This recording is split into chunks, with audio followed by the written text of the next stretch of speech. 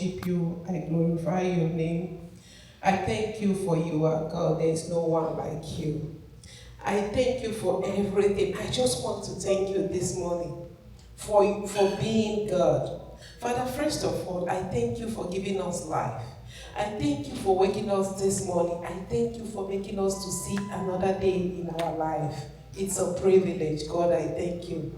I worship you. I glorify your name. I thank you for making us to be healthy this morning. I thank you everything you are doing in our life. There is no one like you. There is no God like you. Abba Father is your name. Mighty God, everlasting Father. The Lion of the tribe of Judah. There is no one like you. I am what I am. Father God, I thank you. I thank you for bringing us here this morning. I thank you for our mommy, Reverend Dr. Pam. Oh my God, I don't know what to do. I don't know what to say for the mighty thing you are using her to do, to reaching out. Father, for connecting me, I just want to thank you for connecting for me to know her. Father, I just want to thank you. She's an answer prayer. I have been praying, how can I reach out to other African nations? And you answered me by connecting me to her. By connecting me to Sister Pam. Father God, I thank you. I thank you for the life of every individual here, for the good things you are doing in our life. Father God, we have gathered again. First of all, God, all this while, since on Wednesday, there might be a way we have sinned against you, against our fellow human being, against other people, knowingly or unknowingly. Father, in whatever way we have sinned against you, Father, please may you forgive us. Because of the blood your Son Jesus Christ shed on the cross of Calvary, God, please may you forgive us. King of glory, I thank you. I worship you. So, Father, we thank you for gathering here today, and I pray whatever we are going to do today again, Father, come and take control. May all glory, everything we are doing here is to your glory. It's not by our minds. It's not by our strength. We are not going to take this glory. Reverend Dr. Pam is not taking this glory. She's giving everything back to you. Yes, she is like a vessel. You are using her to pass a message to us. Thank you for using her. Thank you for using each one of us here. Because each one of us who have signed up for this event is like a vessel. We are touching so many lives. We are ministering to people. We are encouraging people through words, through deed. We have so many great speakers here. They are passing through us. They are giving us those wisdom. They are passing message through us. And believe you me, this message they are passing is going to reach to hundreds of people. So many of us have made up their mind, their plan of what they are doing. Father, you have strengthened the weak. You have give hope to those that are saying, how can I take one project or the other? So many people has come to conclusion through these 3 days that we have stayed, or 4 days. Father, I know you are going to use us in a mighty way. So many kids we feed through this. So many children we go to school. So many mothers we feed their kids. So many pregnant women we get help. Those that are sick are going to heal. Just for these 3 days we are here. Father, you have message. You have asked those message. Father, look at me. By this time last 2 months, if you tell me I'm going to be in New York, I will be like, for real? But Father, see what you are doing. So many of us here never know we will be here today. Father, there is a reason. From the foundation of this earth, you have ordained this meeting. You have ordained this connection.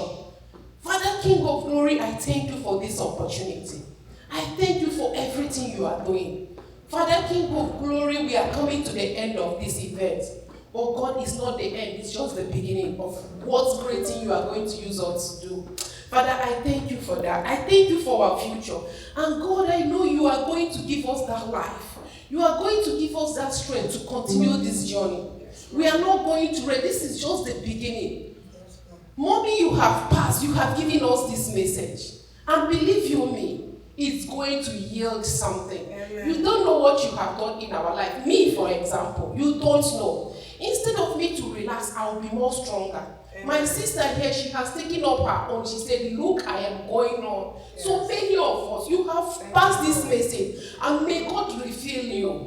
May God refill your strength. Anywhere strength has gone out of your body, may God refill it. May God heal you. Whatever sickness or that, look, God is going to heal you. You have touched lives. You have ministered. You have encouraged. You have given that hope. Financially, you are crying, whatever you are doing. I looked at you yesterday, I'm like, for real? May God refill any strength you have lost. May God refill your wisdom. May God empower you. And even you, may God still send you that destiny helper. President Trump, we know you one day. You will shook hand with President Trump.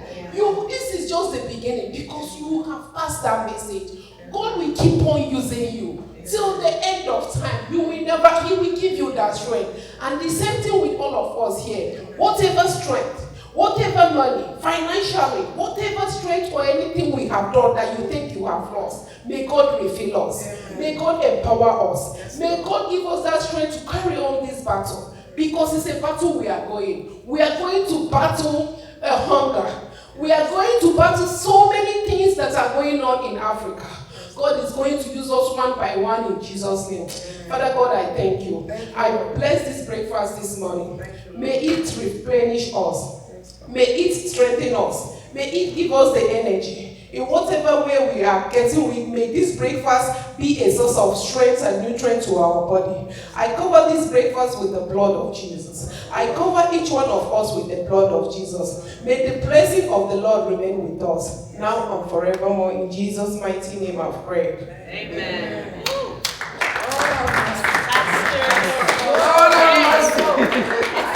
The glory of God. Feel it, my sister. Thank you. Amen. I want to. Amen. Awesome. Awesome. Let's hear it for our sister one more time. Let's hear it for Sister Gloria one more time.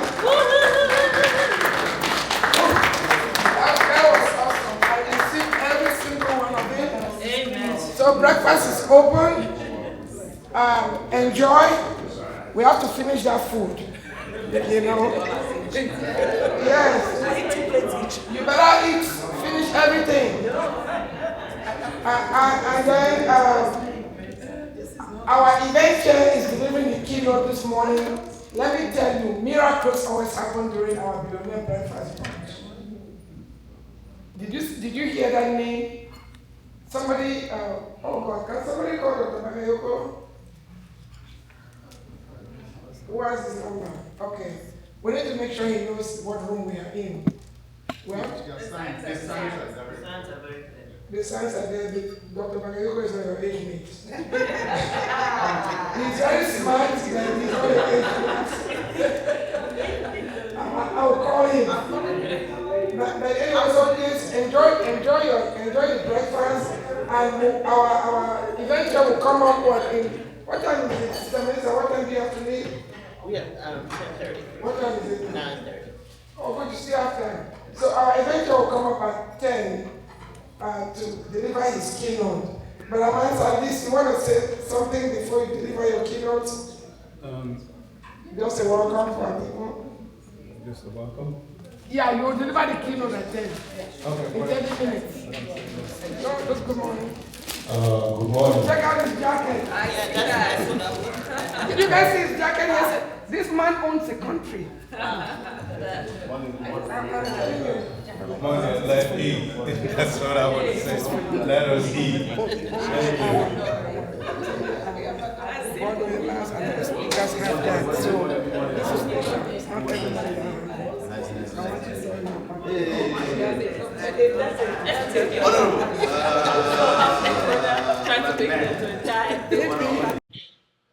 All our keynote speakers at this Billionaire Breakfast Brunch are billionaires.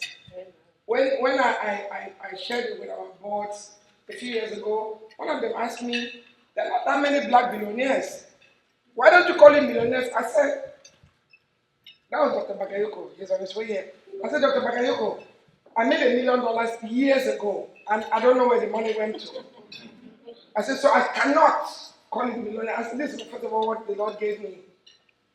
when I make $1 billion, I will know where the money goes to. So, but by the way, anyway, feel free to write us a check for $1 million because these people here milk us, millions, milk us. So, but all jokes aside, but Amasa, I love you. I'm crazy about you. I'm your biggest fan. There's somebody next with me, and I shared it with Amasa. Call me back. He said, anybody mess with you, tell them there's a whole country, a whole kingdom behind you. Nobody can mess with you. He said, anybody bothers you, just let us know. And leave it, we'll handle it. That's the kind of support. Even when we had a meeting with the board a year ago, in 2023, he opened their eyes how they're supposed to treat a queen like me. By the way, I'm a princess anyway. I was born a princess, I don't carry that. And then met queen, a development queen in Ada. Where are my Ghanaians in the house? The Ghanaians, they disrupted the Kotoka airport. I didn't even know when we got there, they were dancing. Some couples, come down for us, come here. He came and told me, he said, that's for you. They disrupted the airport. Here. Tell them what you guys did for this foreigner. Thank you very much. I appreciate it. Sorry. I put him on the spot. He has put in his mouth. Yeah, so we're expecting our queen in Ghana for her official coronation ceremony.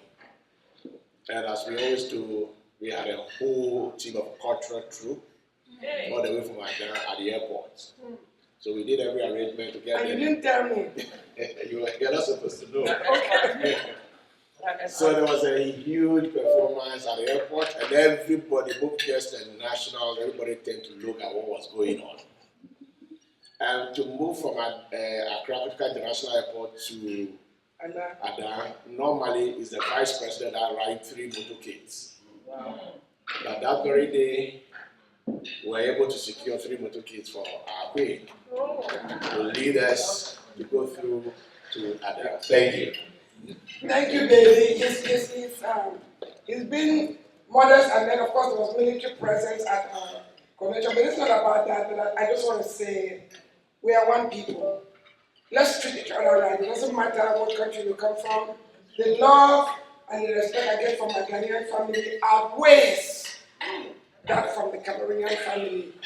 So, and I don't even care. Every time I turn around, God is bringing a Ghanaian into my life. Every time I turn around, God bless me with this. I'm not going to tell you about the other ones. I said, oh, enjoy your breakfast. Let's put our hands together for our keynote speaker this morning, our inventor, His Royal Majesty, Dr. Mansa Suleiman Kushi.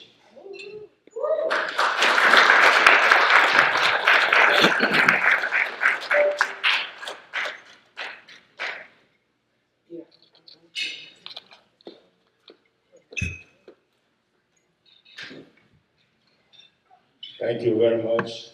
I will call my sister to join me for this little bar. You want this? You want the next one? Yeah, this one. Okay. I want.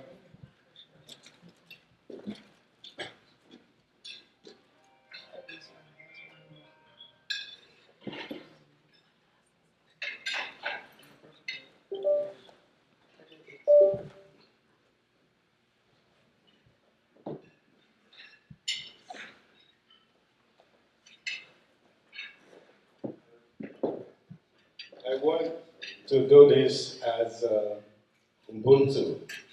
Yeah, please, brother. 2 of you.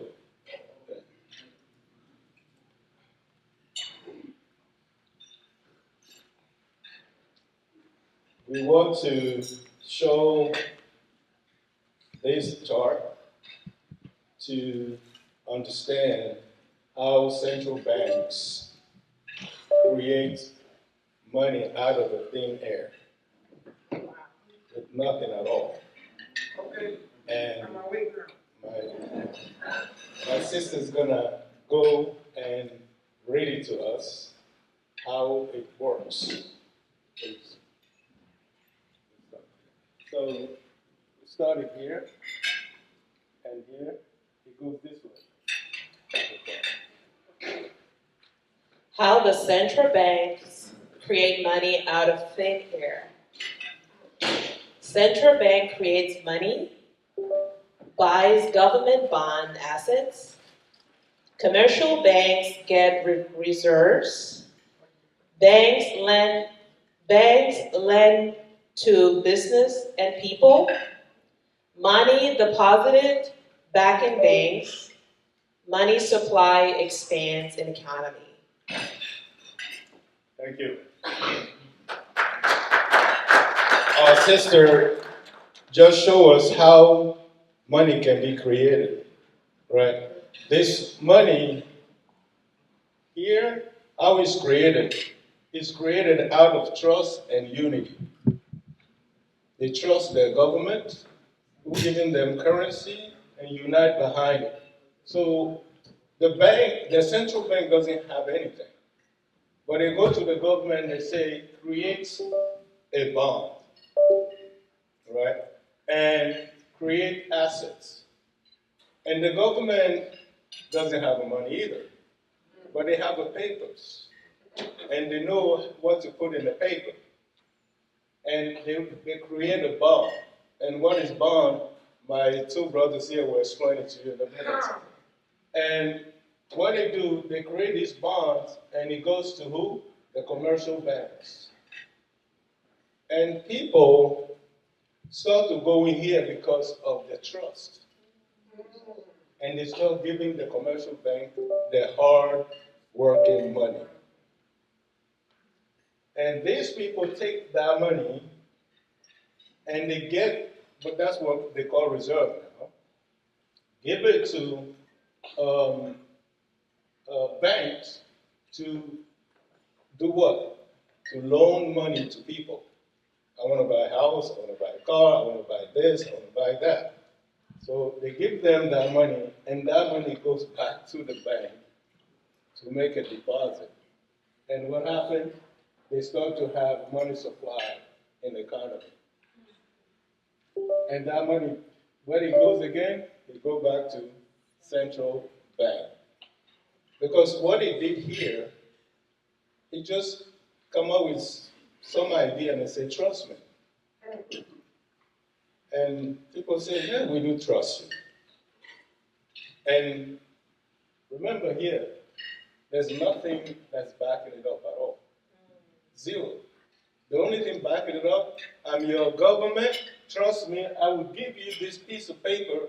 You buy it for 1,000, I will give you 5% a year.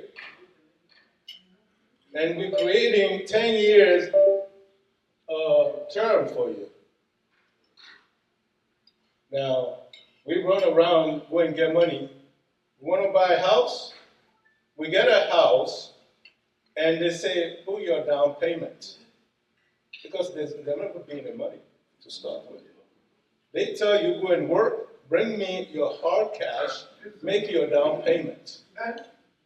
And from that down payment, what they give you? Papers. And the job of the central bank is just putting some digits there. And you say, I put $200,000, now I have $2 million, right? But they never give you a bag of $2 million. It's just a digit they put there and they say, you have this, look at your account. But your hard cash, they will take it. And the money starts to turn around between banks and government agencies. Starting from where? And what the central bank has? Nothing. So we're going to go to the second chart, Queen Mother. And our two young brothers here, I want them to explain it to us. It's just like this. They're going to read it to us. And we can go from there. Please. So assets go to cash, real estate, stocks, bonds, commodities, and intellectual property. Correct. Thank you. So now remember what we say there. The government creates bonds and assets. So, Brother Travis, right? Oh, you're okay. Yeah. So, Echo just told us here that what is assets? The name of the assets. What is they call asset or right here? About 6 different things government can call assets. But out of all of it, government will not give you cash. All they're gonna do is to create bonds, right? And the rest, I was speaking to Brother Charles. We were talking about intellectual property last time here. Africa has so many of them, but we never benefit from it. And I think those little things, when you talk about real estate, commodities, look at the land of Africa. Even though it shows as a small, and I know that the new generation now started to say, correct the map. There is a movement going on to say, correct the map. Because the size of Africa is bigger than what they portray to be. So, for that being said, this whole thing started with what they call central bank. And we didn't have a central bank in the Kingdom of Kush. And the job of Africa's brain bank is to bring us as a central bank today. Give it up to ABU.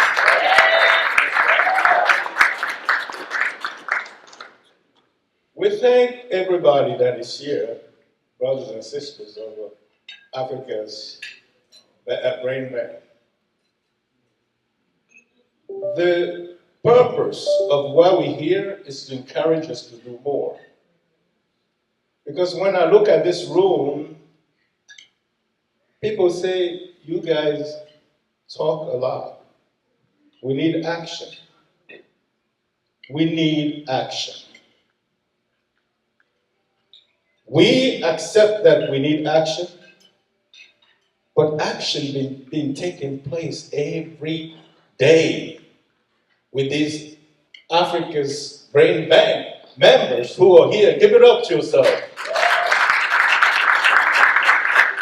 Just talk to every single one of us here that I've been speaking to. Everybody into action. Business owners are sitting here, working hard, constantly, from one stage to another stage. And I think I will play to you today that we should rally behind Africa's Brain Bank to create our own financial institution.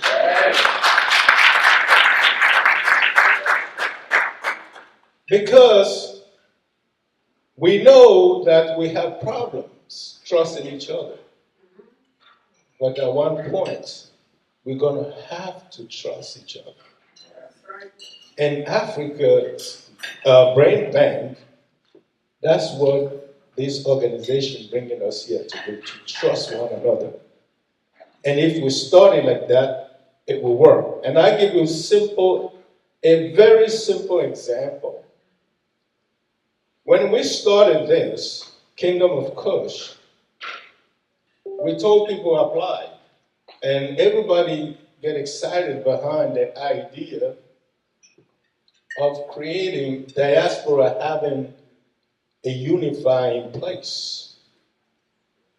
The diaspora is the people who going to liberate Africa. Because Africa is our continent. Africa as our homeland. Being in the West, we have the ability to learn how the money functions in the West. And we don't need a permission from them to create our own. There you go.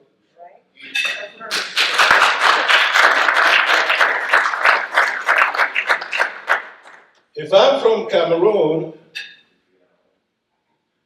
maybe my government or my ancestors during that time had no choice but to sign this colonial agreement. Maybe they didn't have a chance. They just want to be free and be left alone. So they signed some agreement that they didn't really want. If I'm from Senegal, I'm from Nigeria, I'm from any country in Africa, that's how it goes with them. But if we are from the diaspora, with a unifying identity, some of us were born here, some of us came a long time ago, some of us just got here. It doesn't matter. It doesn't matter. We believe by coming together, we can change the destiny of our motherland.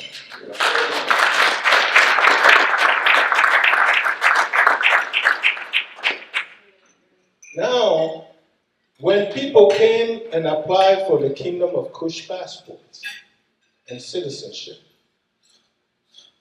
we were taking everybody. And we end up over 7 million people.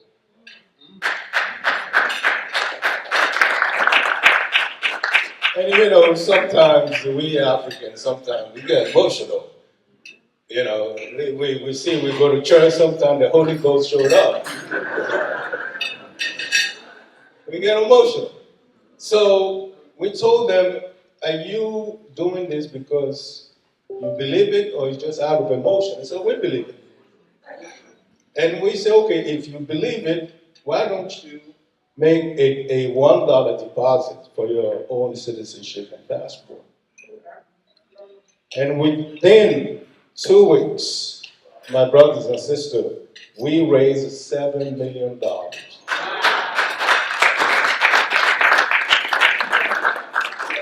Only $1 we asked them. And they responded. And you know, I'm coming from an industry that's nothing but greed, Wall Street. I say to them, I say, $1 is little, make it $10. And within the following 2 weeks, we received $10 from each one of the 7 million people, and that gave us $70 million.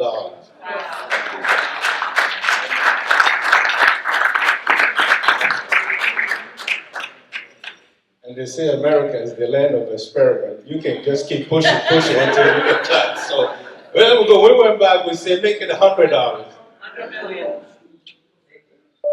We start calculating. You do $100 times 7 million people. That's $700 million. But when the money started coming, we were banking with Chase, Bank of America, and Citibank. And what they did, they sent us a love letter. They say, we want to terminate our relationship with you. They cancel all our accounts. They didn't explain why. We went there, we sent our attorneys, they say they don't need to explain by law. And they came back, so we had a Zoom call. And I say to my people who got upset, I said, praise the Lord. I said, don't be upset. They did you a favor. Because it was in an early stage and this money was for studying purposes. You imagine we're building a country in Africa that becomes like a real Wakanda. That you can go to and say, black people build this. And your money, when you multiply, we encourage our people invest in this country with $120,000. If you don't have it, we will finance you. I say, how you finance it? I say, we are from Wall Street. The government of Kingdom of Kush will guarantee the payment for the banks as long we guarantee your job and you can prove your income.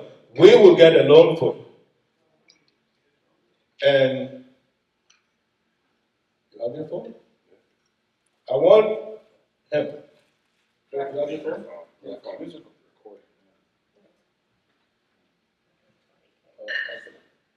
This is awesome. This is awesome. Give it up for yourself, brothers and sisters. That's what the power of unity can do.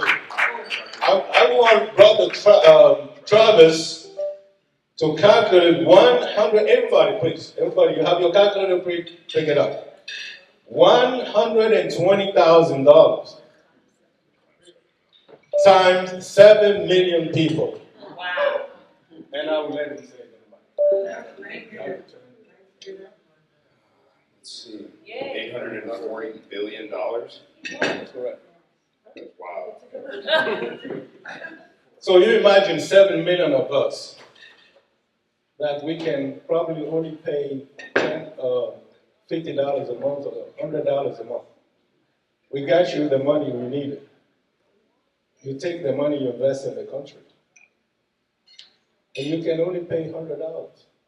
But because of the unity, the country will receive $740 billion. Now, Africa's brain bank putting us here today. We have a lot of heavy hitters here. Starting from my sister standing with me here, and with my young brothers here on my left. So give it up to us, man.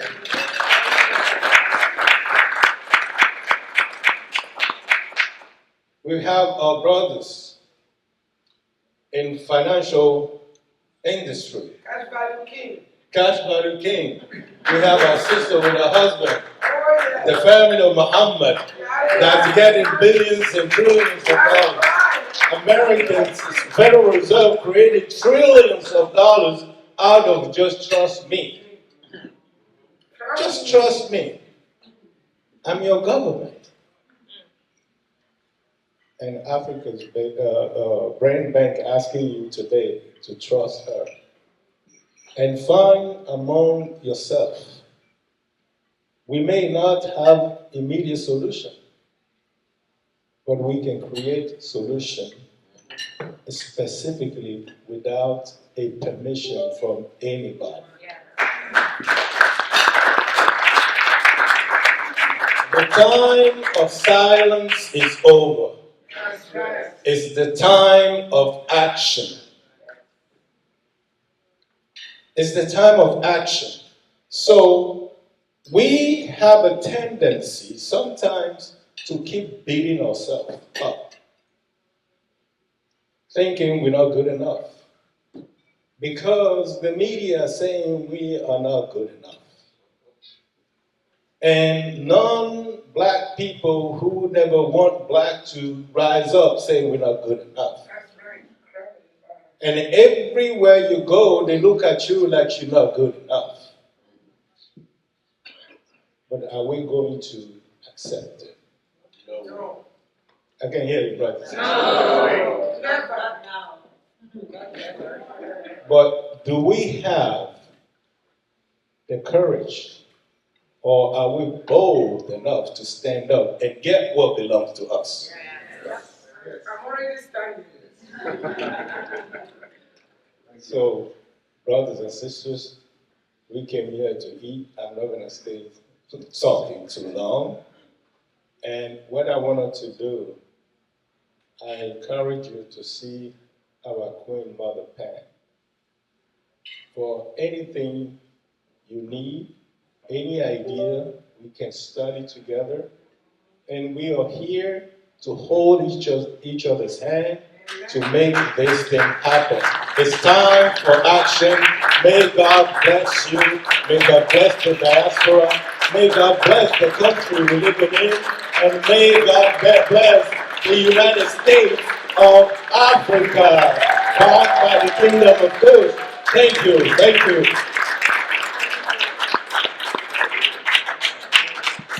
Please keep clapping. Keep clapping. Oh my God. And I thought I had an MBA from this country. They did not teach me that in my MBA program. Oh, Jesus. Jesus. I'm having goosebumps. Let's hear it one more time for His royal name. How many of you know this information? I did not know that. Do you know the power that the central bank has? But let me say this, we do have Africa's Brain Trust. So that exists. We have a company called Africa's Brain Trust. Africa's Brain Bank, our currency is, I'm sorry, I have goosebumps throughout my body. It's intellect, intellectual capital. That's going to bring all the money for the Brain Trust. And we also have Africa's Brain Power. Needless to say, I got all those names, so nobody will try to do anything that sounds. And by the way, Africa's Brain Bank is trademark. Don't even try it. Sister Melissa, don't play. Even though she's an international tax attorney, you mess with our name. We will just get the entire nation of Islam to come after you. So let's say one more time.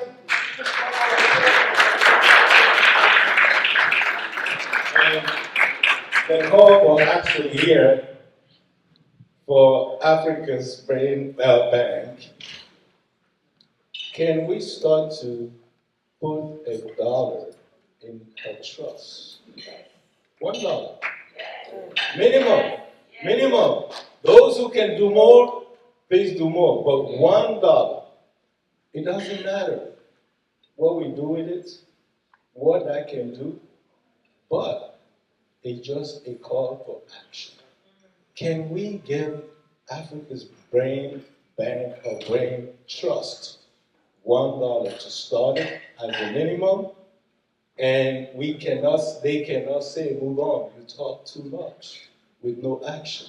Let's start our action today with minimum of $1. Go and see our Queen Mother. Those who can write a check for $1 million, please do it. But at least $1 we all here can afford it. So let's start our action. Thank you. I did not say anything to him. This is our evangelist saying that. And that clap is not good enough. That food will enter my mouth. So those of you who came here, that food is $50. Maybe we should be asking $80 to go into the trust. Chairman, thank you so much. And we do have an accountant. She's also a CPA and a tax accountant. And we will open a separate account just for this trust. So if you write your check today, I will have handle all that. They don't leave here without sowing your seed in Africa's Brain Trust. Thank you so much and enjoy the breakfast. One more time for our event chair. We also have our board of directors. Okay, while you guys are eating, all of you here have told me privately what this weekend has been for you. We are going to the beach today, this afternoon, in that beautiful Mercedes bus that we took to the Wall Street. But while we are eating, there are a couple of ladies that have some powerful, powerful testimonies. Who wants to share something about this weekend? Who wants to share? Okay. Please, come. Please, you have to introduce yourself because I'm sorry I don't know your name, but I saw you this weekend. And also, I want somebody who was here from Thursday also to say something. Okay, so after Sister Joy will be Dr. Bitazon. So please, if you want to say something, just come up after the next person. Let's hear from your Sister Joy. I'm Joy. Okay, please introduce yourself and share. Nipas, are you ready? Okay. We have to finish that food. Please, go back. Good morning, everyone. I'm just so happy to be here. I came to New York with my son and his business partners, Ed and Travis, and had no idea I was going to be coming to this event. And this is like a divine intervention for me. Wow. I was just thinking, I'm in a place in my life where, I'm trying to figure out what I want to do next in my life. And I really do feel like it's divine intervention. This is something I've been waiting on my entire life. To be in, just to be around my people this way. I was born here, and I've always longed to know, my people intimately, and I really think this is an opportunity for me to be able to do that and to be able to share what I know and things that I've learned throughout my life. So I'm just happy to be here, and I appreciate you having me. I just feel so honored to be amongst all of you. I really appreciate it. Thank you.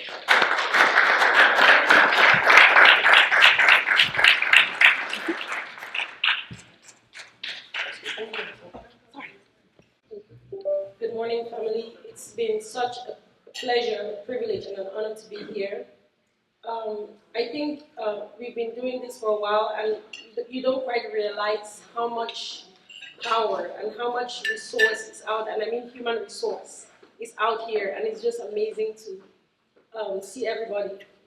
Um, Thursday evening was very nice. It was good to get to know people. It was good to hear what we're doing and how we are able to connect and help each other. I'm thinking about Bob Marley.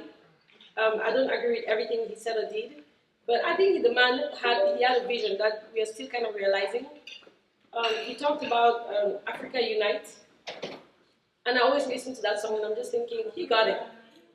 And another thing, the redemption song. We need to emancipate ourselves from mental slavery. And I really think that, having all these conversations, until you can get your mind to a place where you realize that you have been created just exactly the way you should be and that you're more than enough, we're not going to be able to move forward. And that came in with all the things about trust and everything. Because everywhere we go, we question each other. We question our integrity. But we're willing to trust people that have consistently hurt us. And the question is why? Because mentally, we don't think that we can trust each other. And we have to now start taking that step of faith and saying, I will trust my brother and my sister. I'm already trusting people that are not doing much for me.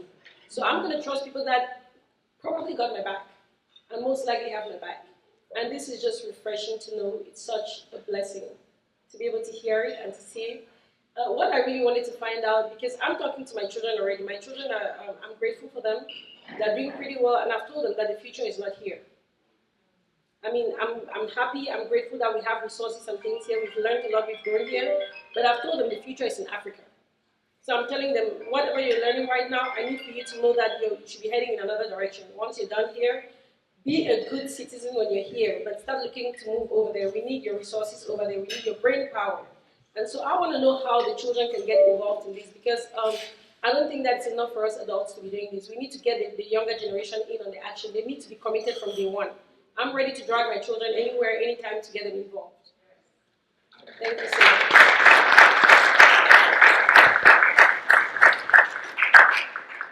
Thank you very much, Doc. We appreciate your comment. Next person. Okay. Prince Charles. Oh, not King Charles. Okay. After, can I speak on the mic?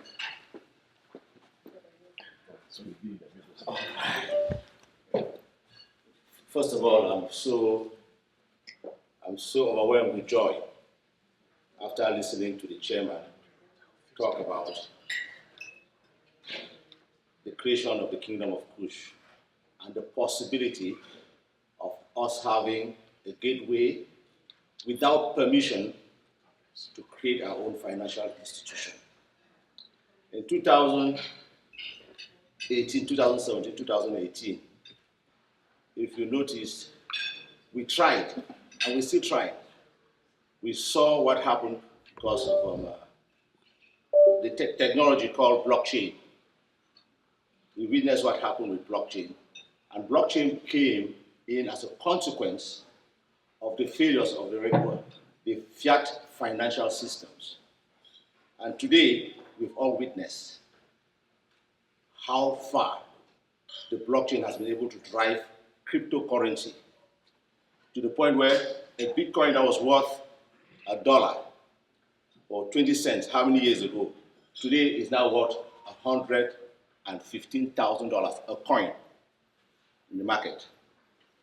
Now, what I'm thinking, and I wanted to just put this on the table so you could look at the blockchain permits you to transact peer-to-peer without any third-party intervention. And that's the strength of the blockchain. And that's the strength of the cryptocurrency that comes off an independent blockchain framework. So, as we explained, that the banking systems, which are definitely fiat banking systems, saw the progress of the currency coming to their systems, they had no choice but to say, let's shut this down. Why? Because they're seeing someone coming out of their game to dictate how they're going to build and generate money in the future. So I want to just suggest, if there's a possibility, so that we don't get into this next time, we cannot build currency on somebody else's frame. We have to build a frame. I'm suggesting that we consider also the possibility of having a blockchain framework that we control so that nobody can come, because the community, just as their system is, the community controls the blockchain. By the technology of the blockchain is the most accountable system that you can have in the world today using technology. So I'm just throwing that on the table to see if there's that possibility. Then we should talk further and see how we could leverage this opportunity of community and bring it on a blockchain framework and be able to leverage the numbers we have to generate the power, the intrinsic power that is open now that we now know who we are and we know our numbers. So that's what I wanted to put on the table. Please consider the blockchain.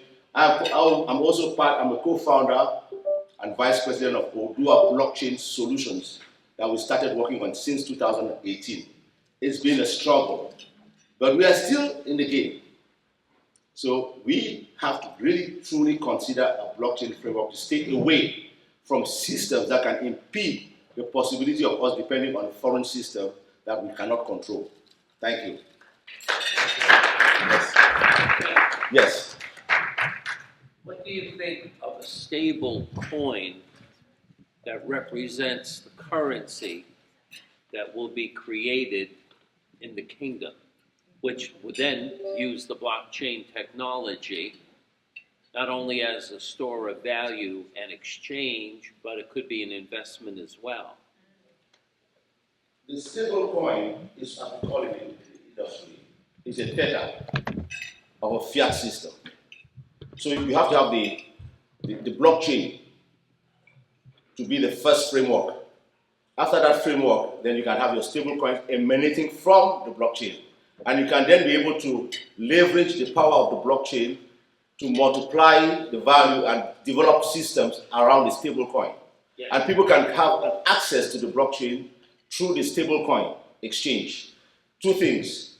The blockchain is the technology. The services around the money are open. The theta is service around the blockchain. So that's the secret. If we understand that very well, I don't think anybody will be able to beat us once we start the game. Right. We have to do it the right way. Bitcoin is only Bitcoin not because of it's because of the community of people that own it and that run it. That's it. It's not backed by anything, just as they are not backed by anything. It's backed by the people. The people are the money. As you can rightly see, the people are the currency. The currency is the currency of trust and the people first. And that's why they leverage and they use and they dominate. For us to dominate, we have to also leverage the system that we can dominate on and that we, the people, control and we keep accountable. You cannot cheat on a blockchain framework. That's a good thing. You cannot cheat. So I could give you more information about blockchain technology and its advantages, but we have all witnessed within the past 10 years what technology can do at this stage in time in terms of intrinsic power and financial freedom. So I just want us to think about it and read more about blockchain systems. Understand what they call cryptocurrency is a product of a blockchain framework. And there are many different types of blockchain frameworks. But the good thing about it is about its accountability. Yes.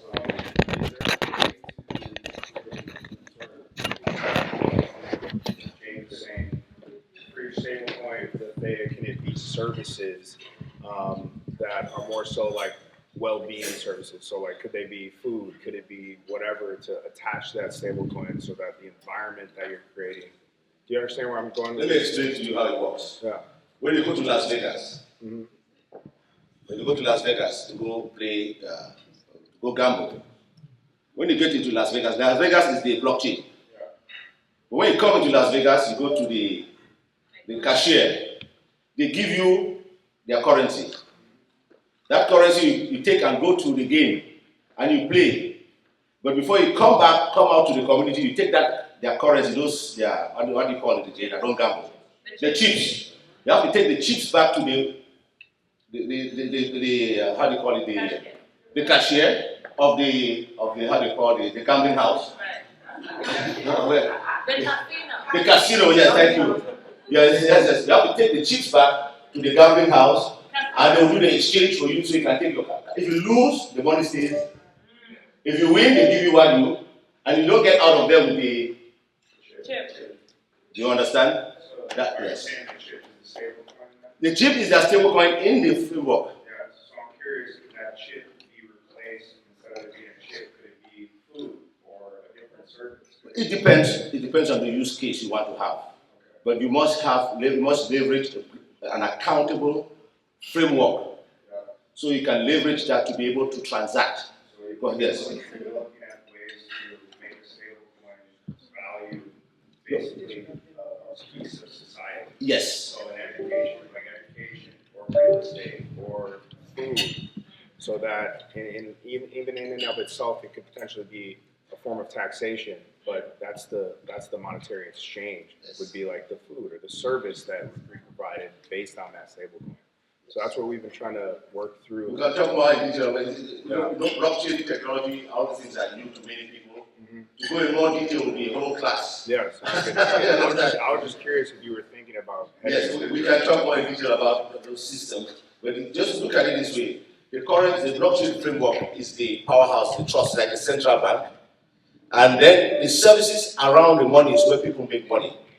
Like for instance, if you look at Bitcoin today, most people are making money from Bitcoin from the exchanges. The exchanges are not banks.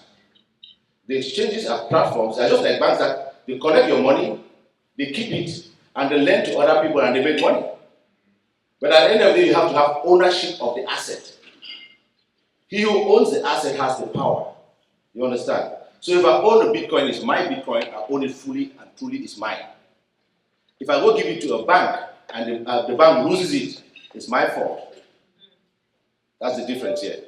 But if I keep it in my private wallet and I don't give it, and the value keeps growing, and it is registered in different stock exchanges, I keep winning. The only time I need to use it and I want to transact, I will go to an exchange and leverage the exchange to transact. That's what it is. That's why I have Coinbase. We have crypto.com, and we have all these platforms. So we have to think like that in this new age of technology in order to win. Because if we stay in the old systems that have failed us, because blockchain came as a consequence of the failure of the financial systems in 2008. Because this system crashed, the fiat system crashed. And so this America, I don't know who it is, but they figured out, let's use technology and make it possible such that when you have an asset, that asset is truly yours, and when you transact with that asset, you are the one and it's accounted for. With fiat, you have double spending. You can send a check, you can send a check, they cancel the check, or they reverse the check. On a blockchain, you can't do that. When you send an item, it's identified, it's confirmed by other people, not you, within the framework, so that it's delivered at scale and it's registered. So there's no cheating, there's no double spending. So those are the things we go into more detail to understand the blockchain. But I just want us to think about it, read about it some more. It's really important that we understand that technology is the solution. As Pamela talks about AI, technology is the solution. Technology was used to conquer the people of African descent. Only technology would relieve us when we use it right. Thank you. Wow. I think we can do better. Let's appreciate him. And once again, I want to thank the vision bearer of this initiative, 2 years ago, I came to this country, and an elder of the community gave me a book. The title of the book is Black, the Colonization of Black and White Manhattan. And in that book, something intriguing is in it. That at a point in time, it was made into a law that you could not have black people work on the same job at the same time. In that, during work is when we communicate, we strategize, and we implement our ideas. And you guys were becoming too powerful when you work together. So at a point in time, they could only come together during festivities, and even that, it was controlled. That is the reason why we should not forsake the gathering of the brethren. So these meetings like this, and if you look at the quantum of information that is being shared, that some of us are carrying it back to Africa, is simply amazing. And once again, I want us to celebrate the visionary of this initiative. Any other person? If you have anything to share. Okay.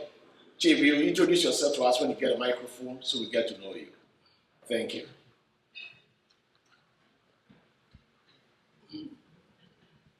Good morning.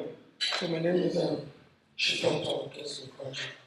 Originally from Nigeria, born and raised in Cameroon.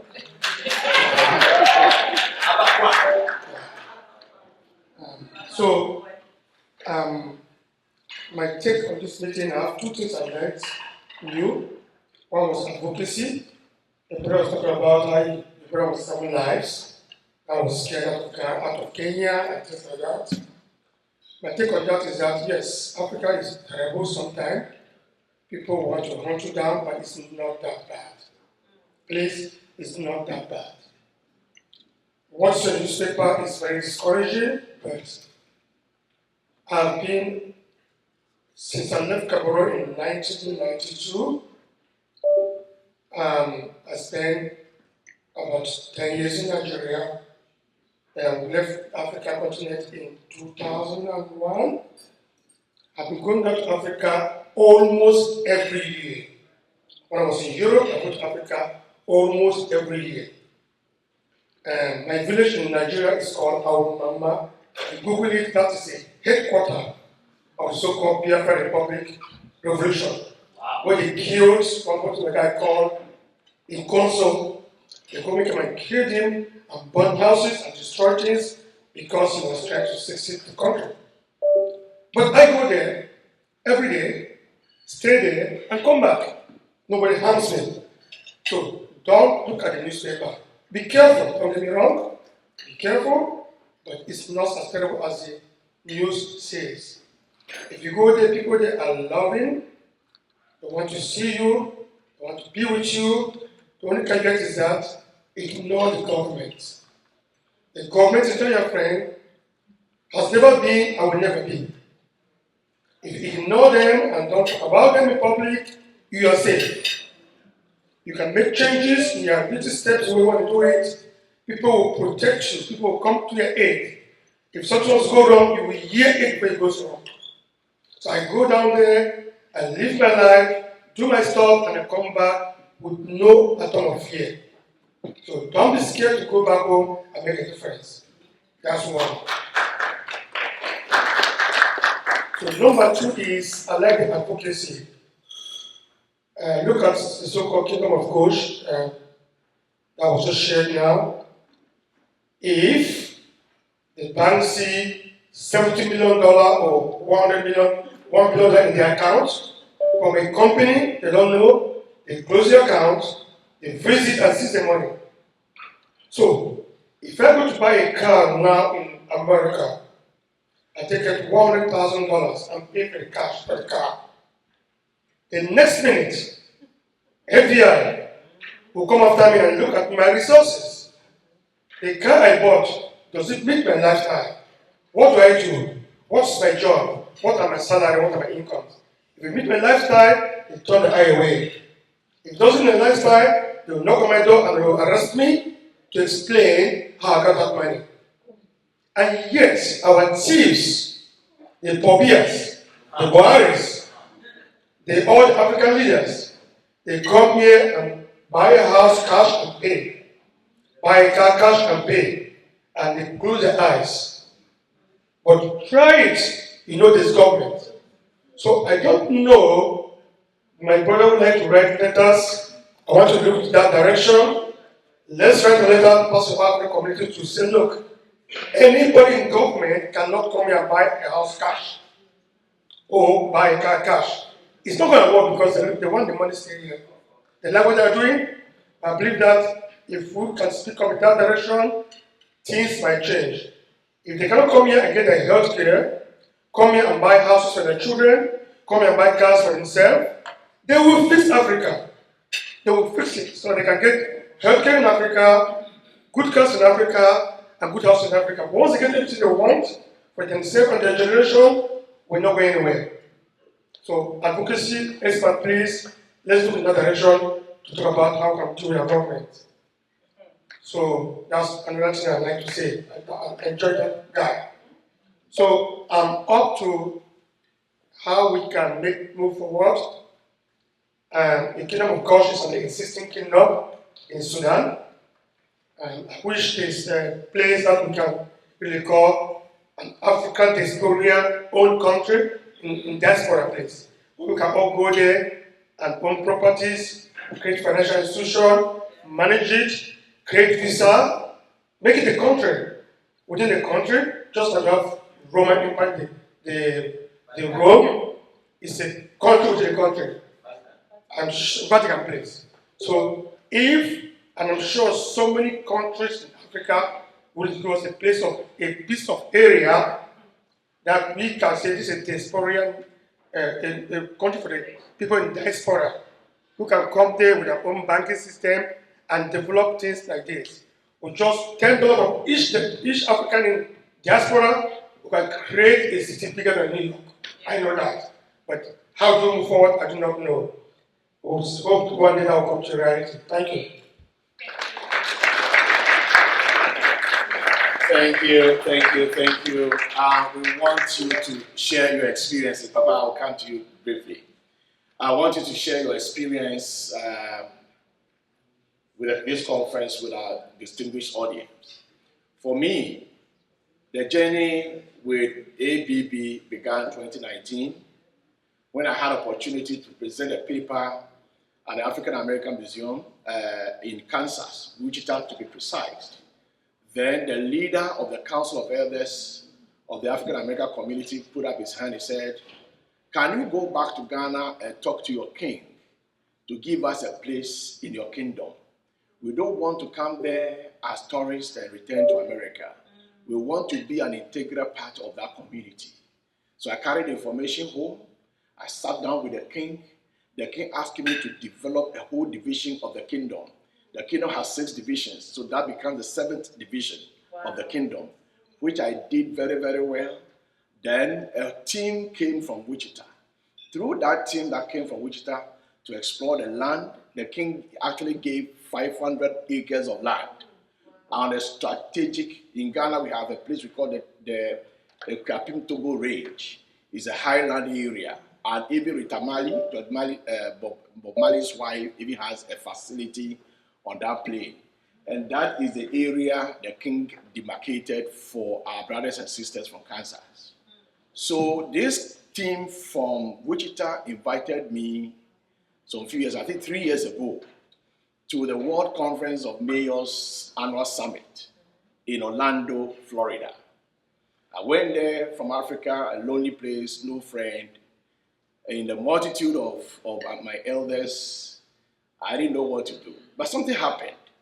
There was a point this brilliant woman came to do a presentation about Africa's brain bank.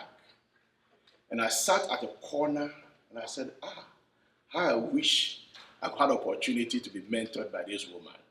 The presentation really touched me.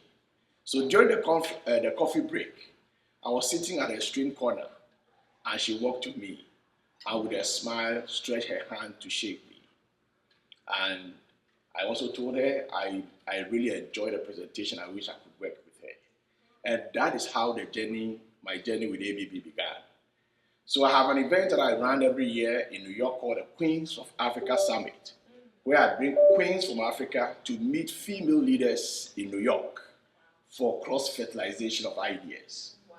And I invited our queen to be our guest speaker for that event. And after the event, she also invited me to come to ABB conference at Los Angeles. And then last year, I had opportunity to follow again to Lagos.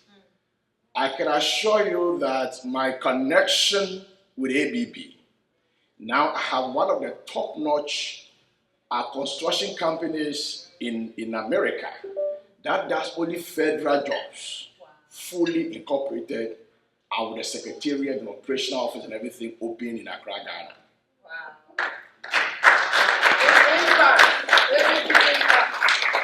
I can also assure you that through our connection with ABB, have 6 Americans who are growing cocoa full-time in Ghana as we speak, on 120 acres of land.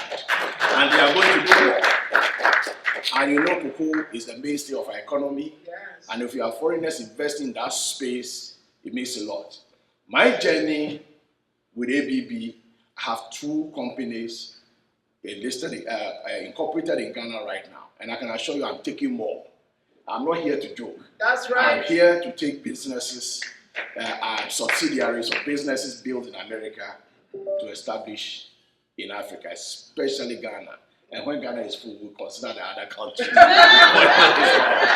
So I also want you to approach this conference with an open mind and look out for where we can create that synergy. We are not here to compete. We are here to create synergy so Africa in particular is able to benefit.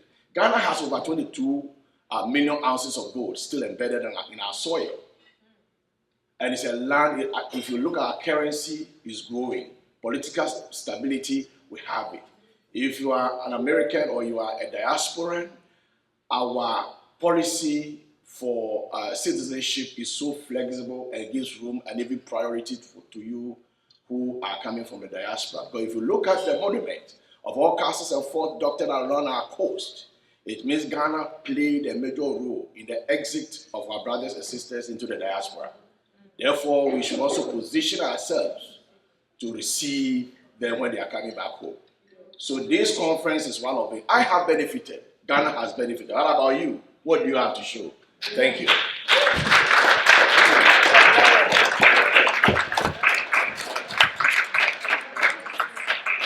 Thank you, Robert Francis. This is why I'm so fired up, so hopeful for the continent. When I listen to...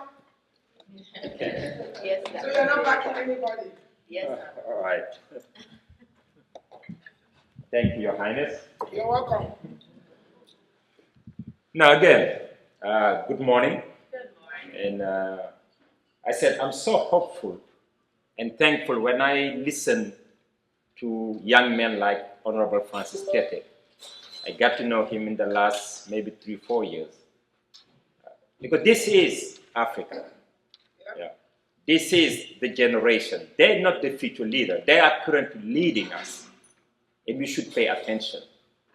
But for me, about this conference, I will go back to what Maya Angelou said, that in the end, people will not remember what you said or what you did, but they always remember how you made them feel. And this conference have awakened really, that DNA that we got from our ancestors. Those that built those pyramids, that they have no idea, but we have it in our DNA. There's nothing we cannot do. But the better part is that we're not doing it alone. That day when we went to Wall Street, I was talking to Dr. James. I said, why the Africa Branch Bank offer you the Silver Leadership book? It's watching you, how they behave with the King Monza. When they saw they were like 3 people didn't have pass, you can see their empathy. They were so determined to make sure that no matter what, even though we were in the most secure building out of the White House in this country, they made sure that we get in. Honorable Francis Tate didn't have his ID. He was about to go back to the hotel. But as soon as they explained to them, Dr. James insisted that they let him in. For me, those actions of a servant leader is what we need. It's about building community. But it all starts with what the king said. Look at this scheme that he put about currency. I used to say, when I first time said to my children, you know, I'm going to say, I put a bill, and I said, if you want to see fake money, this is one. And they were laughing at me. Dad, how do you say that? Because this was technically the most secure money in the world. And I was talking about the dollar bill.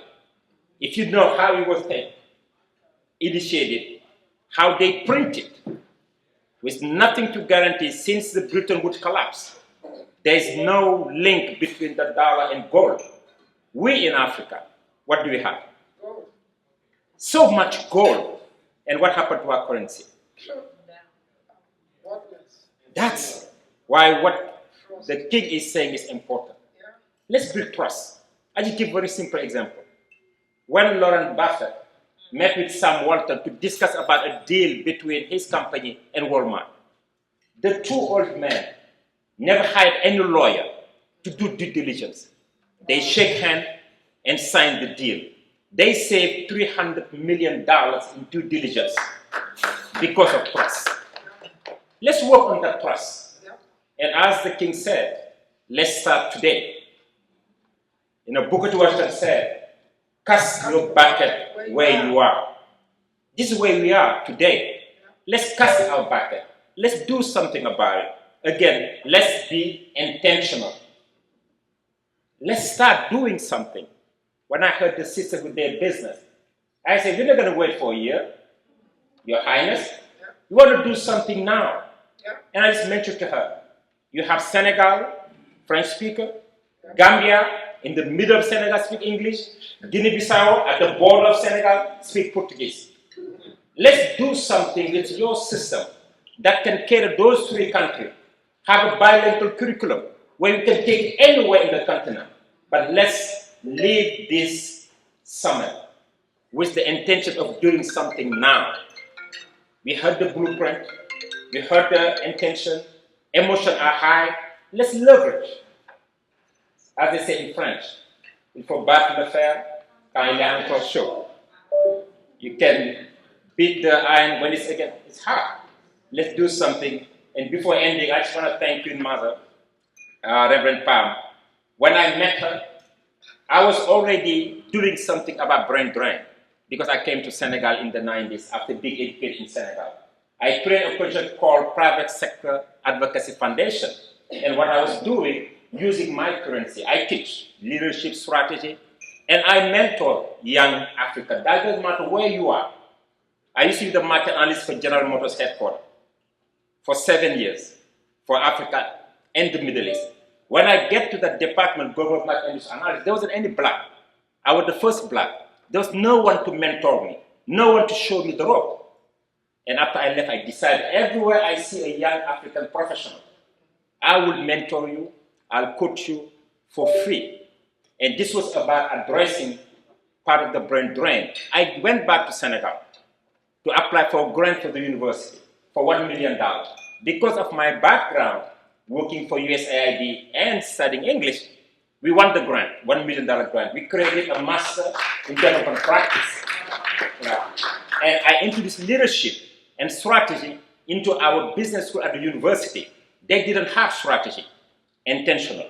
The French didn't want us to understand strategy. I was able to do what we call brain drain to brain gain and brain circulation. But we must be very careful because when we go back with brain circulation, sometimes we are not serving our people. We're serving those that control our people. I like the term that you said. We replenish the brain drain. Let's feel it for where we have taken it to level the playing field and do something about it. Thank you.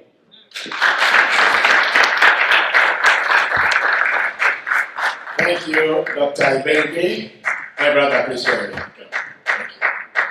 So like we always do, you introduce yourself to us, and then you come through with what you want to say. Thank you. Hello, everyone. My name is Edgar. I've had the privilege of being connected with Africa's Brain Bank since it started back in 2019.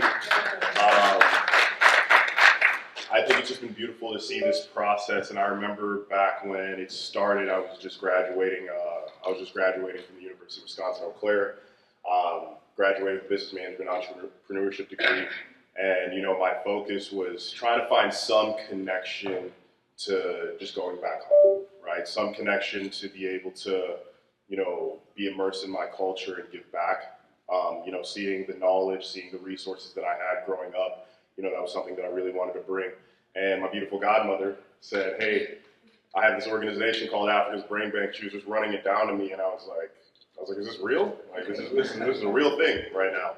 The ability to connect with not only just different business owners, but politicians, etc. It was just so beautiful to see that. And, that first event really catapulted my idea of the level of responsibility that I had as an African American here, but as a first generation here in the US, to make sure that we could continuously connect, we can continuously build, we can continuously give opportunity and open up doors to those who need those doors open. So, coming into this now, seeing where it's grown, seeing the establishment, seeing the relationships, seeing everything that's come with this, it's been just so beautiful. So guys, thank you so much for, having us out here. But the biggest thing that we want to help you with right now is making sure that these great voices that we heard are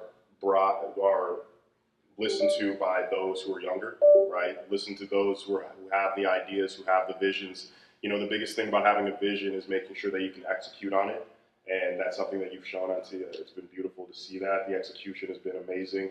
You've been an absolute superhero to me for, my whole life. And, now it's just, I get to see that, and now to know that we can build a stronger relationship together is just beautiful in itself. And, I think it's just starting, right? And, it's been going on for years, but it's truly just starting. The development, the opportunity to continuously grow is just starting right now. And, we all have this obligation to make sure that it's going. So, even for me after this event, I'm reaching out to every connection I have.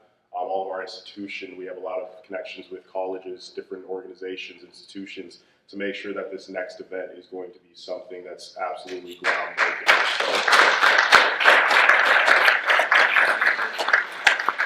So, I've been talking a lot about legacy because this is an opportunity that's going to live on past myself. And I know that it's going to live on past all of us.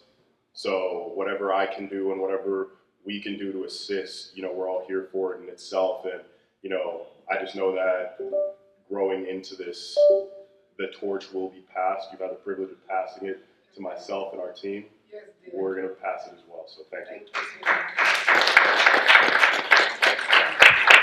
Okay. Thank you. Let's put our hands together for him once again. So, yes, the thing is, it has always been the diaspora. I am happy, let's put our hands together for the family who brought the young ones along. Life is like a relay. After completing your portion of the field, if there's nobody to hand over the baton to, then you've not done a good job. So let's celebrate a couple who brought the young ones along to this conference. Give me a wave, the young ones.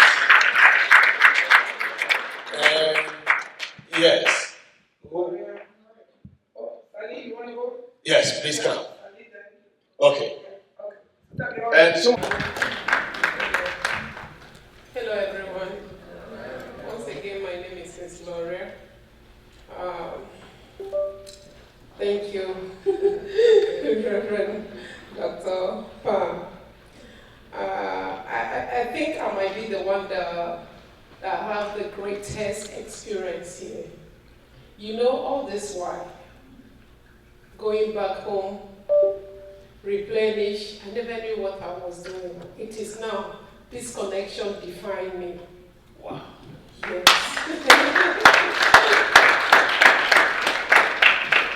When I get to know Sister Pam. I was just telling her now, oh my God, Sister Pam, do you know you are the connecting dot? Yes. It is through this organization, through this summit, I really came to know what I have been doing for the past 5 years. I went down to Africa. I was just doing, going back there, doing things. And, even people in Los Angeles, my friend, they are like looking at me somehow. But for me, I'm just doing something that I like. I'm like a philanthropist. I love giving back. I love helping people. Even before going down to Nigeria, I have done a couple of things. Even when I had nothing, I registered my Easy Care Foundation. 2000, after I registered my school, the next company I started as a Easy Cares Foundation. I have been the one founding this organization. I'm the one that pays. I have never gotten anything from any person. Just of recent, I hardly ask. I have been doing it. I have gone to the homeless population. I have fed them before I started giving back to Africa, and then I went in person and then started the school and other things I have been doing. But I have never had a name for it. It's through this organization that I came to define myself. I'm like, oh, this is what I have been doing unconsciously. Yes, I never knew what I was doing. It is now that I'm like, oh, so I have been replenished the brain drain in Africa.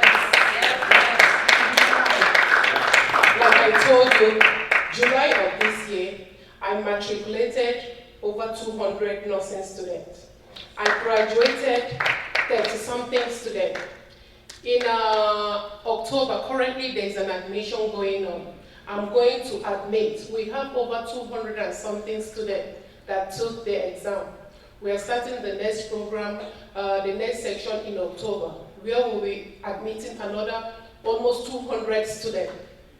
The same thing in the other school. We have trained over 50 or over 100 certified nursing assistants in Nigeria. Some of them are working in Nigeria there, some of them are trying to go out.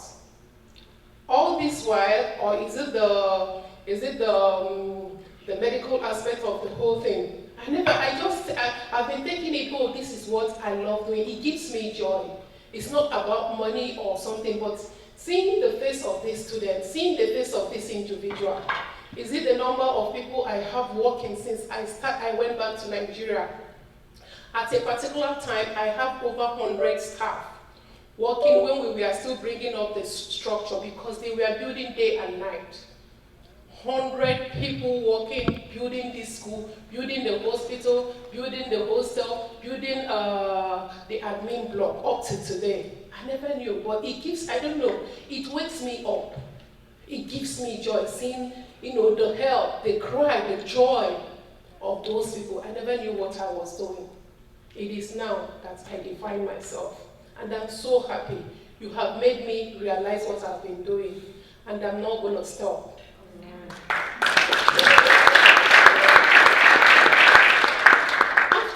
After going back to Nigeria, another urge that has been coming to me is like, I don't know. They keep on telling me, reach out to other African nations. Like I told my sister here, I have gotten that revelation. Because it always come as a revelation. I'm a Christian and I believe in prophecy. And I'm a living testimony. If you don't believe in prophecy, look at me. I have gotten that revelation. And they told me, my pastor, he told me, Gloria, other African nations, you will have a school. She mentioned Ghana. I'm like, Ghana? How can I go to Ghana? I don't even know anyone. Believe you me, I'm telling her. She said, while she was praying, she was mentioning other flags. She said, easy, we go there. I said, Mommy, how? She said she doesn't know, but she has seen it. It's not going to end here in Nigeria. I said, okay, let me wait. And then she came to me. Because the last time I had a Ghana friend was when I came to this country newly. I had a Ghana family, 2 families, but now the relationship is distance. So when they are telling me other African nations, I'm like, how? I don't have all my friends now are in Nigeria. The only last time was it through June, they called me, they said, CEO, we have two Ghana family applying to come to our school. It happens that one of them, the mom is in Abuja. She registered her son is in my school. Then she connected the lady and said, look, there is this school, this new school from America, a college of nursing, I would like you to go there. So currently they will be enrolling and starting October this year. So I was very happy. I said, oh God, they're fine. I want them to come. How can I reach out? But this is it. So you see, it's coming. Yes. It's coming. I have got to know so many Ghana, Cameroon, Senegal, they are calling. And they want what I'm doing. So I can now see the possibility of easy going to other African nations. That's right. And if we work together, it is not an easy task. It will not be an easy When task. we work together. But if we work together, because it's really capital intense, if we work together, if we sit together, I think we can do it. Easy can go. I promise you we can go. We have the blueprint, and I'm ready. I'm ready to share it with any country or that can help. I promise. One other thing I learned, in summary, like I've been saying, you don't need to move back to give back. That's right. That's one key thing that also defines me. I'm like, look at me. I'm here. Most time when people call me, they think I'm in Nigeria. I say, I'm not in Nigeria. When I post things, they are sending me stuff I'm posting. And they are thinking, oh, Miss Gloria, are you in US or Nigeria? I say, no, I'm here in my bedroom, in my office. That's right. But I'm here giving back. Anyone I have, the little I have, I am there sharing it. Sharing even the information. You can give your information. The brains is just a call. God created this world with just words. You can build a whole nation with just your word, with your command. Most of these things, believe you me, the highest I have stayed in Nigeria is 2 weeks. Before, because of my family, my other business, the highest I stay in Nigeria is 2 weeks. I just mention it, I just explain everything, and I move back. And every day they call me, they give me information. I solve it with just words. So we don't have to move back to give back. We can do it. And let me tell you, never expect business to be easy. It's not. There's another key thing, Dr. Melissa said, at the other side of difficulty is easy. It's not going to be an easy task. But don't look at it that way. Don't look at it in a broad way. Most times people call me and say, Miss Gloria, how are you doing this? I said, I just take it one day at a time. The only thing I know my goal. Just set a goal for yourself. Hardworking. You have to be focused. There are going to be so many obstacles. Believe you me, it has not been easy with me. 2022, or was it 2023? While I was building all this legacy, making all this, do you know I have up to 100, up to 10 lawsuits? I was suing, they were suing me.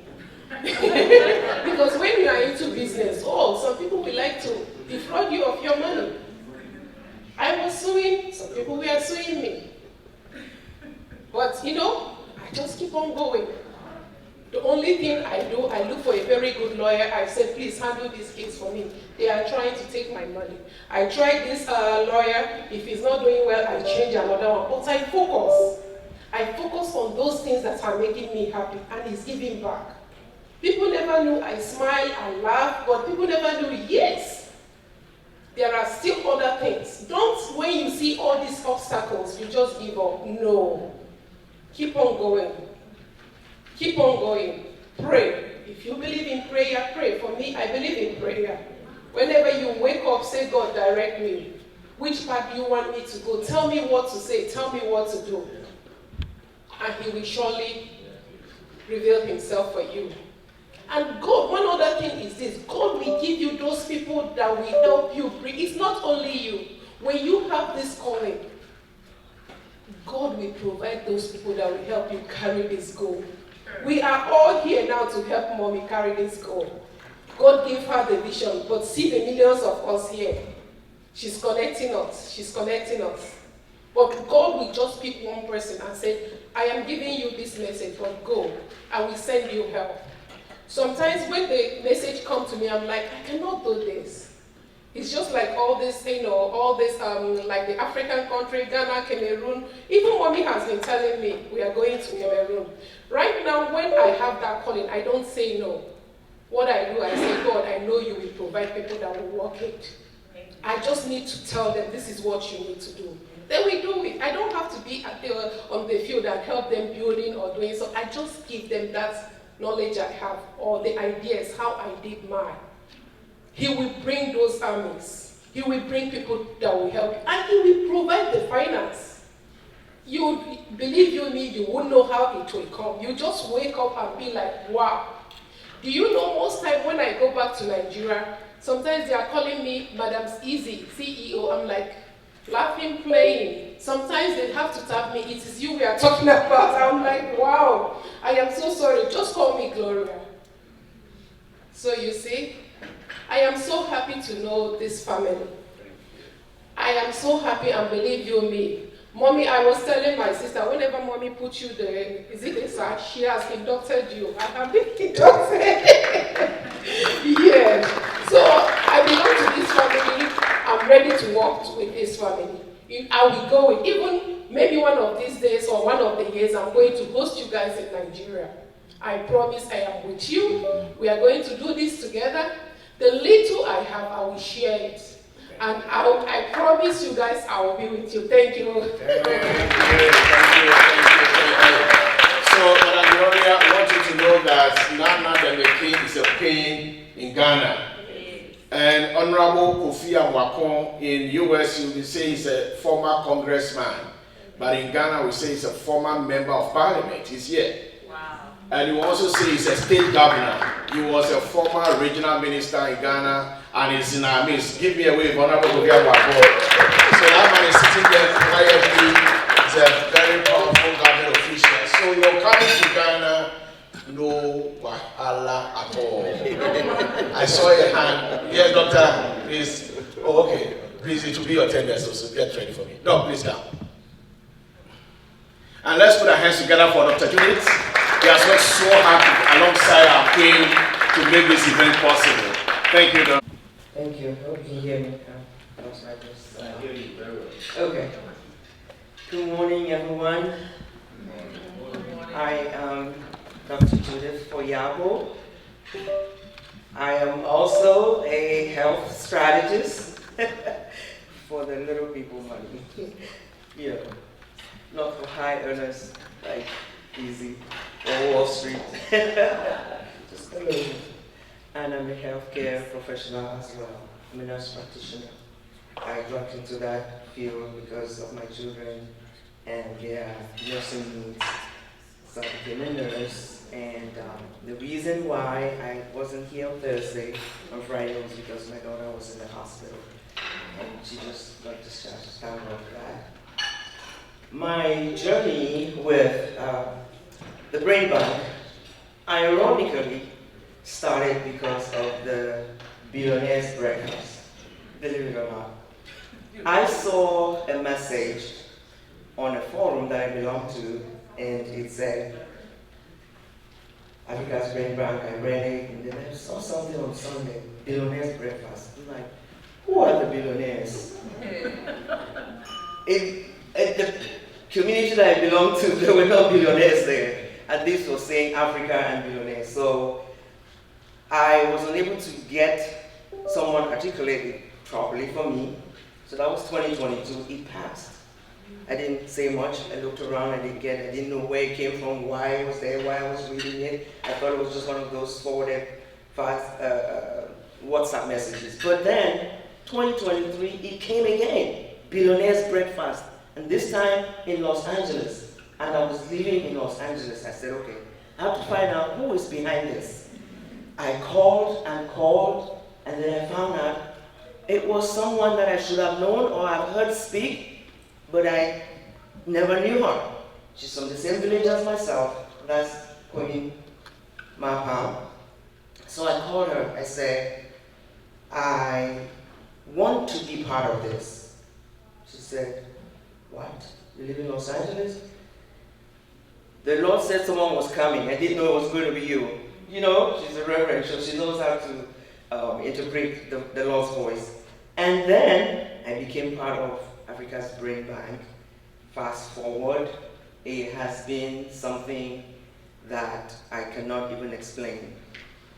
The connections, the ability to just volunteer. I was getting to one volunteer charity or the other because when you have challenges, you have to redirect your woes. And charity to me was a way to redirect my woe is me, quote unquote type setting.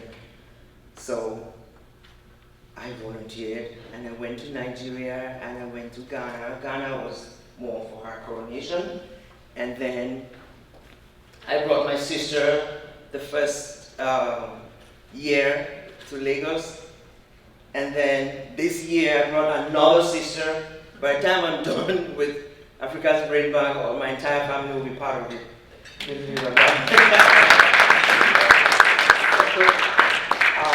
I'm really glad to be here. Ms. Gloria said, and many of you, connecting the dots, it's a big deal. I just found out that Ms. Gloria, she's not here, lives exactly 1 mile away from me. Oh, wow. 1 mile. How do you leave all the things you do and come to a conference and find out a powerhouse in healthcare? I'm a nurse practitioner. You all heard what she's done as a nurse and what she's doing. She lives exactly 1 mile from me. I can literally, we already planned where we're going to walk to the park, we're going to go to where we live here. So the connections, don't play with it. Yesterday, I'm just trying to say something about this gathering. It's not the quantity that matters. It's the quality, the kind of people you meet when you come to a gathering like this. Yesterday, after the meeting, I met with 3 ladies, amazing ladies back there, Miss Kay, Miss Minette. We sat here after the meeting an hour and a half, and we connected in amazing ways.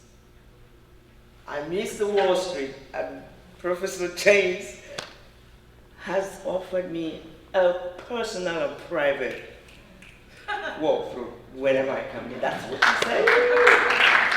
I've been talking money to people, and how else can I make it mean if I did not meet Professor James? Connecting the dots is what this symposium, is what this summit, is what this has always done for me. The people I have met, it's incredible. Did you know that the rubbish from sugarcane is fuel? Nick told me that yesterday. So all the dirt and trash in Yaoundé is going to turn into fuel. ABB did that. Thank you, Reverend Tom. Thank you, everyone. It was a blessing to be here. Thank you. Yes, madam. And there was a young man here who wanted to. He stepped out. Okay. All right. So yesterday there was a young lady who came here.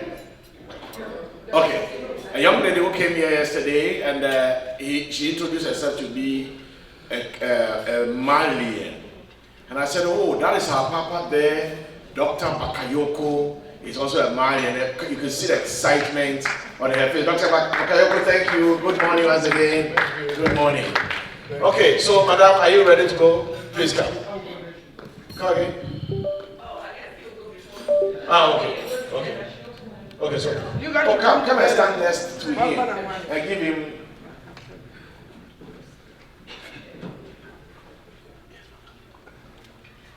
Okay.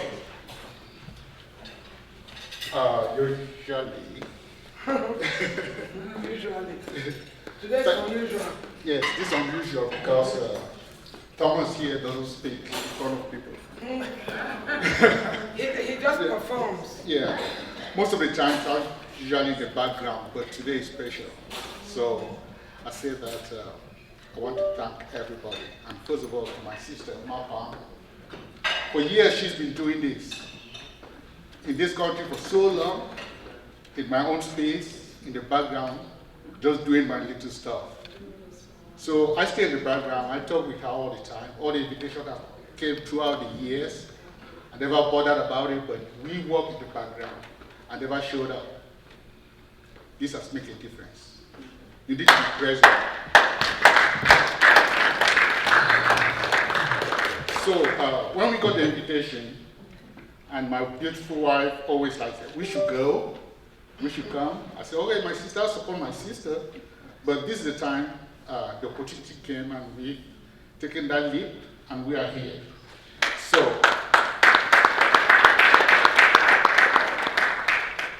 So inspiring, so inspiring. The powerhouse, the people around the room, the energy, the information. We can't go back. We need to go forward. And taking action is now. The Professor, James, Wall Street King, Your Majesty, everybody around, you said it. We are wasting over here. We just need to take all that information back, all that energy back, and build Africa the way it is. I will not say much, but going forward, my sister, Ghana next year. we are here. All my resources for all the years that I've been in this country, for almost 40 years in the background. 40 years. Yes. In the background, just doing my stuff in my little way. Yeah, quietly. This is the time. That's right. We're going back. We are support. You have my full support. African Brain Bank have our full support, and we will continuously work with you, with everyone. So call on us. I'm here. I'll work in the background. I will not stand in front of everybody and speak, but I will do anything that I can do. I will pass it to my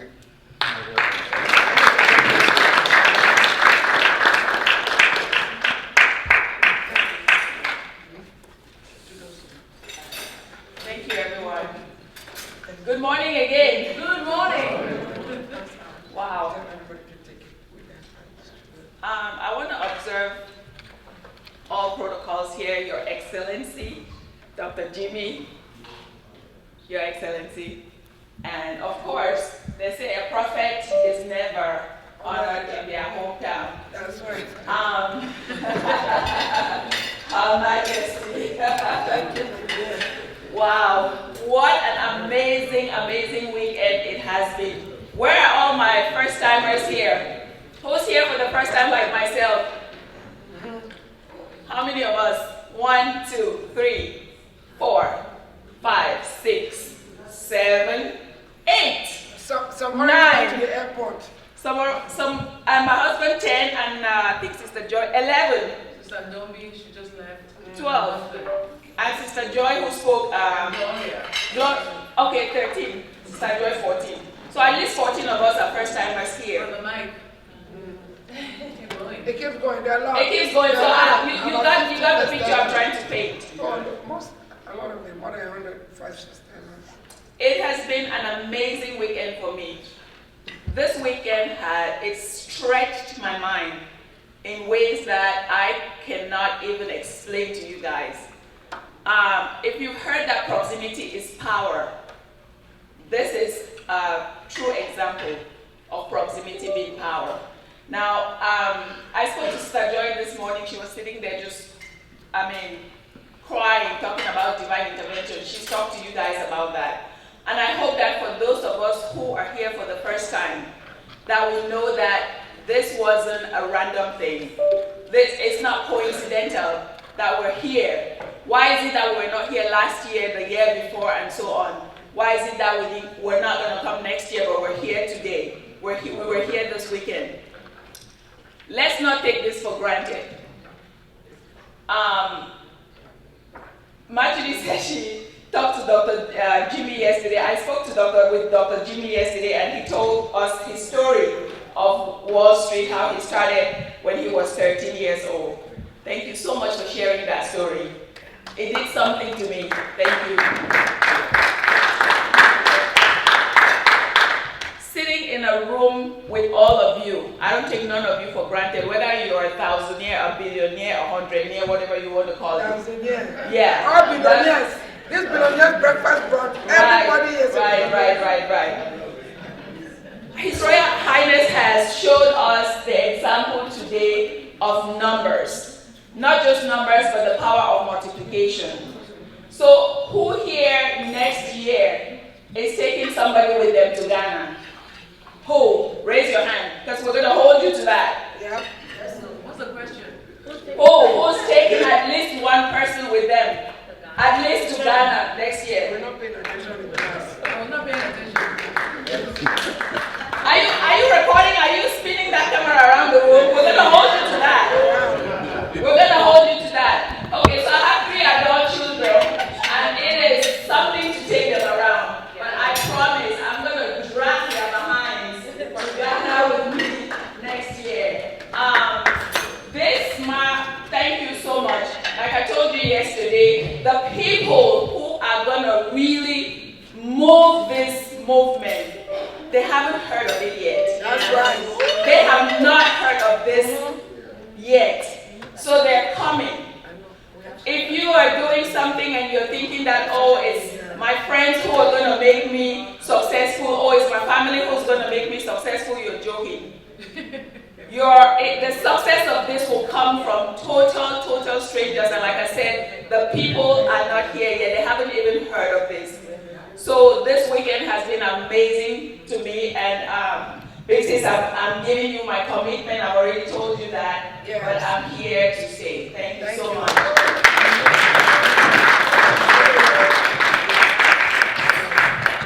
Thank you very much. One other thing I also want you to know is that the vision bearer, you could see yesterday on her feet for several hours. So at the point in time moderating, at the point in time welcoming guests and all of that. The work is big, but the workers are few. So sometimes we also want to plead with you when you come to conferences like this, and there's something you can do to support. Please don't withhold it.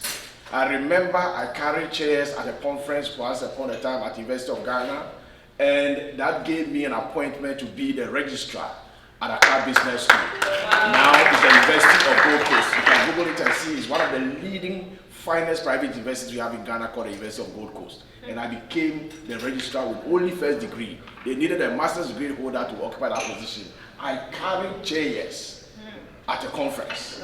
And the president invited me to his office and said, I want you to be a registrar of my school. And I did.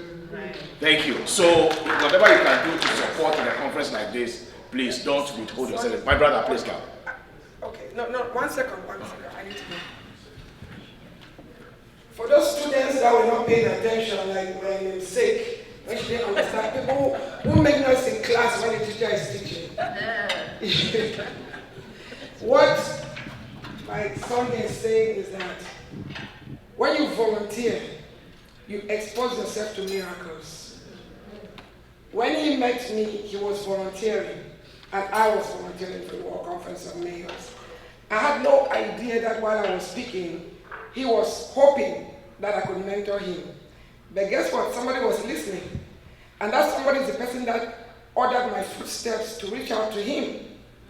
Wow. Like he said, he was sitting at the corner, and I approached him. And in that entire conference, he was the only one that I approached. Just so you know, in Orlando, Florida. So when you volunteer, it opens doors. As he said, he invited me to the Queen of Africa's summit in 2023 to speak as a guest speaker. I had no idea the king was going to be in the audience. and he was not even supposed to be at that function. He was coming to New York for something else, but when you hear divine connection, I'm an organic speaker. Whatever it is I said, where's Sister June? I saw her come. She will tell you guys what happened in Atlanta last week. I was volunteering a week before this event.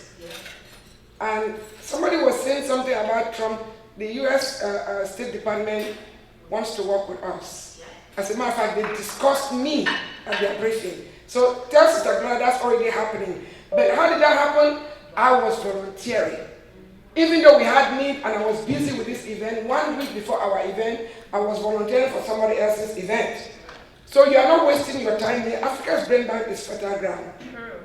You've heard his story, and please, if you need to do any business in Ghana, he's our country rep, talk to him.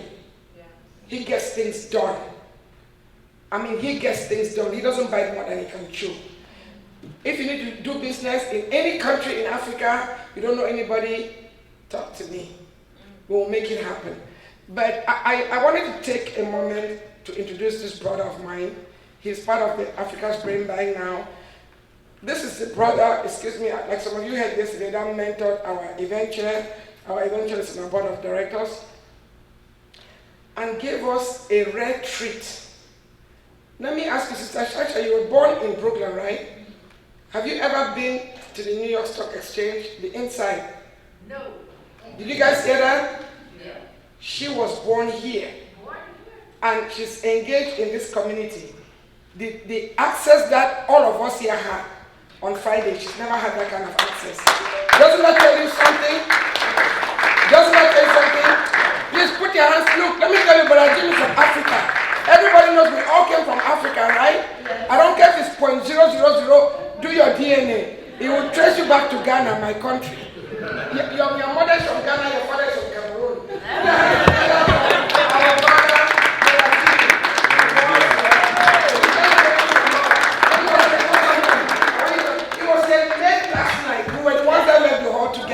He kept asking me, is there something you want me to do? Is there anything you want me to do? Just like you trained him well. Because that's exactly how Dr. Mansa is. So, Brother Jim, we love you. If you don't know that, I want to say this on camera. That we love you. And I'm going to be hooking you up with some African regalia. You know? I could use it. Yes. So we're going to hook you up, okay? Let me fix your thing so you can tell us about your experience on, we were there Friday morning. I don't know if you came Friday night, but I know you were here yesterday. Yes. And this morning, so please, the mic is yours. Queen Mother, thank you so much. You're welcome. Thank you. It's a real honor, and for bringing me to become part of the family. Yes, you are. Thank you so much. You were part of the family from the one that we had not met. So this is a family reunion. Yes. Yes. Yes. Thank you so much. Again, I'm James Greco. I'm the newest member, I think, to the family. I'm the newborn, so to speak. Queen Mother, thank you. Your Royal Highness, thank you so much for letting me be here. It's a family that instantly I knew I was home. Yes. And the reason why I have lived my whole life thinking that a man is judged, meaning men and women, no gender, on their ability to help others. And when I came here, all of you believe that. So I was home. Everything you say, everything you do is about helping others. And you live your life like this. Now, I'm on Wall Street. I don't have to tell you, a lot of them don't live their life like that. It's how much money, how much can I make, what can I do to increase my wealth, my fame, my fortune. And for years, there is a group of us that have been a real minority. So when we go anywhere, I always speak this way, but I think I fall on deaf ears. Finally, I'm in a room that everyone feels the same way I do. So thank you for having me. amazing experience to be with people, and all of you, again, think outside yourself about helping the person next to you. When I met you Friday morning, I knew I was home. Wow. And we met outside the tent, and we began to talk, and I knew I was home. I felt a feeling that you don't get in very many places in your life. And it just grew from there, and I was honored to be invited last evening, and that even grew. And as Queen Mother said, by the end of the night, I was asking to see if I needed to clean tables or put chairs around. Because that's the way it was in our family. Okay? At the end of the party, you cleaned up. That's right. So, again, this is so important to me and to be with all of you. And as it was said, this is not a coincidence.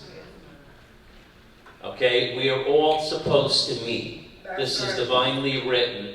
I was supposed to be part of this family. I just didn't know how to get there.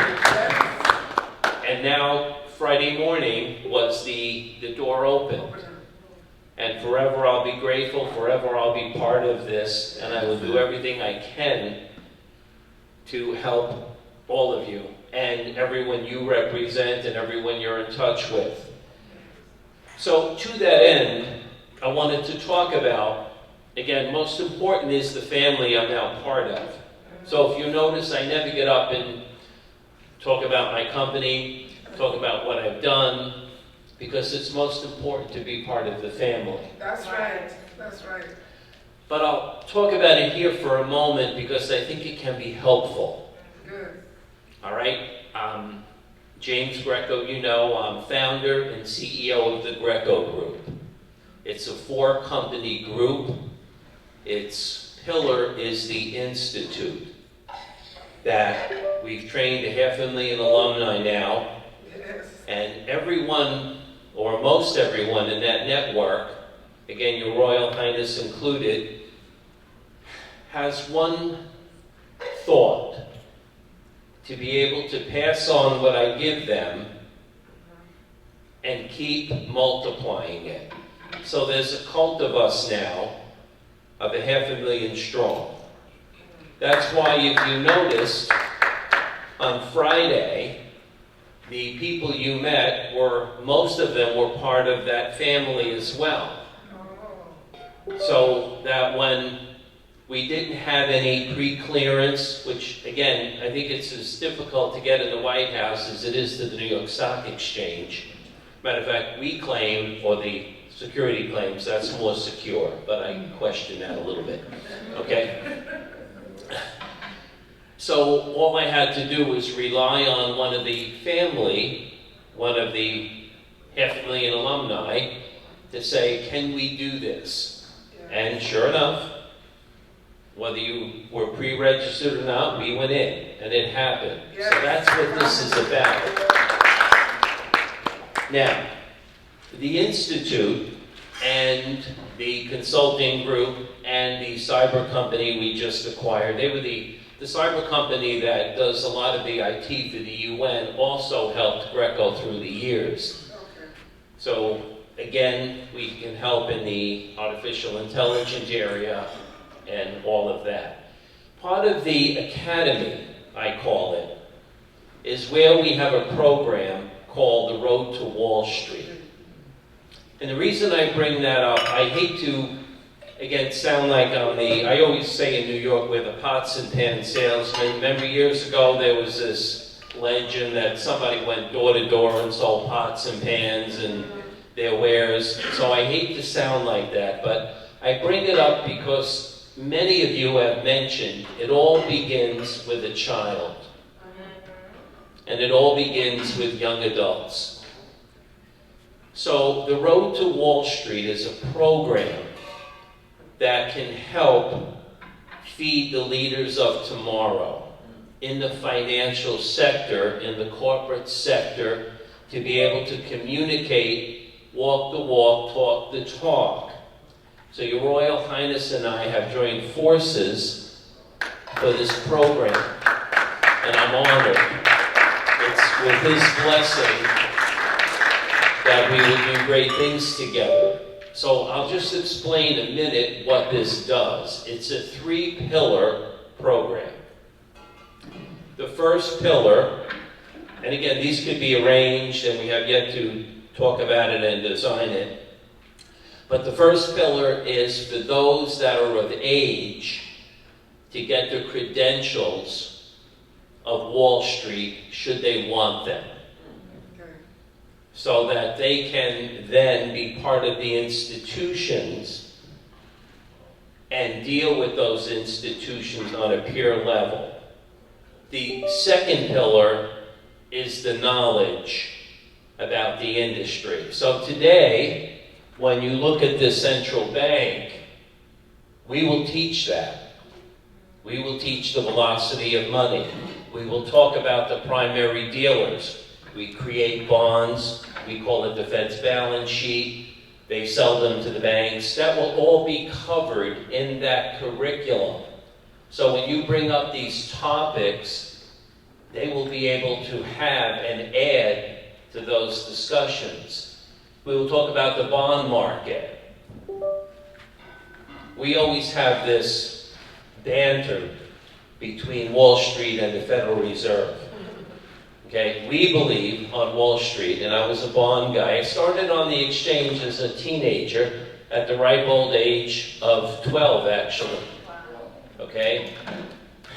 But the bond market is where the interest rates are set.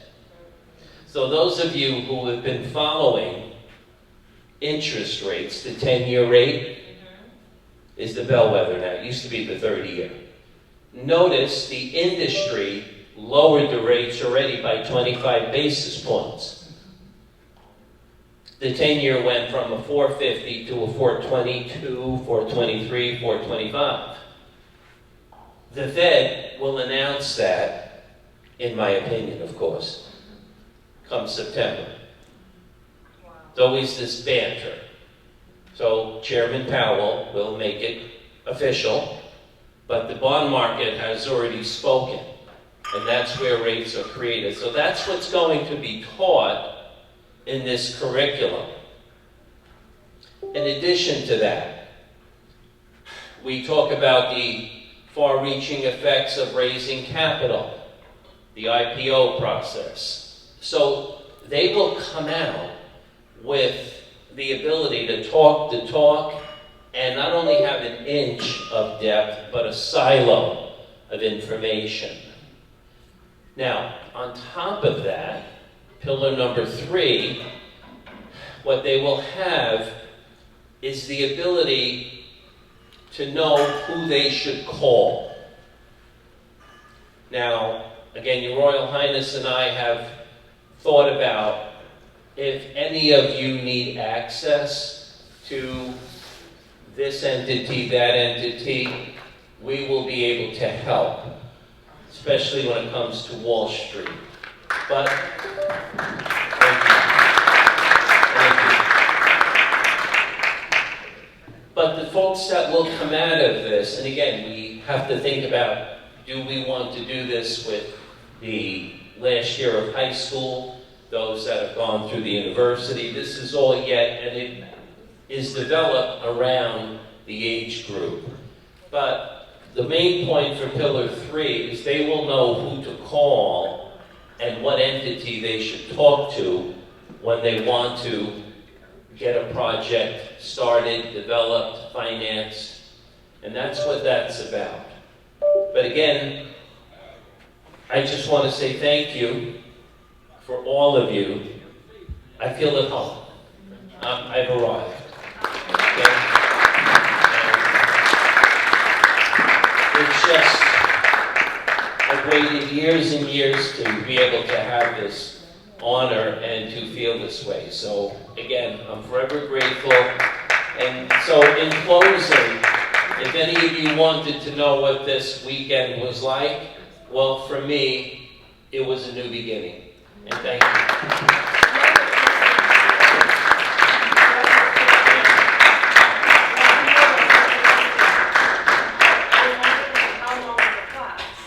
The road to Wall Street, how long?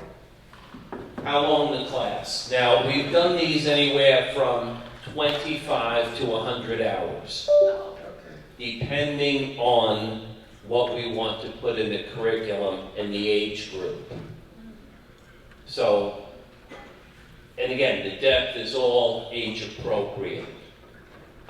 So think of it that way. You know, we've had youngins, as I call them, second year in high school. Although today they're very advanced, but it has to be kept on a different level, and the hours are kept low. So it varies.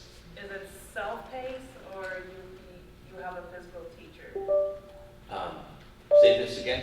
Like self-paced, where you just clicked on the modules and just learn on your own, or you have someone actually teaching you and having like apprenticeship? Well, I like that question. That's a great question. Is it self-study? No.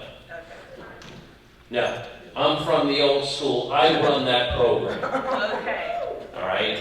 I run that program, and again, I do it with a team, but for the most part, I run the program because I was given a gift. Again, I'll tell you a little bit about me. Hopefully I won't take too much time. I started in this industry, as I was talking last night. I was born in a family, half Wall Street, in a community of Wall Street, where they all commuted by Staten Island Ferry to the New York Stock Exchange. And the other half was education. Matter of fact, my brother-in-law was noted for the program. He was a PhD, what they call education administration, on and on. Went to the equivalent of Harvard, but it was Ohio State at the time. And he devised a program where high school students can actually do their first and second year of college. So I had him in one year, my uncle, who's also a superintendent, my sister, who's a principal, all telling me how to create an institute that can effectively teach and people can learn. The auditory learner, the visual learner, the tactile learner who takes notes, all of this. So it's all scientifically engineered so people can learn. No matter how you learn, I've got you. How do you get in to the class?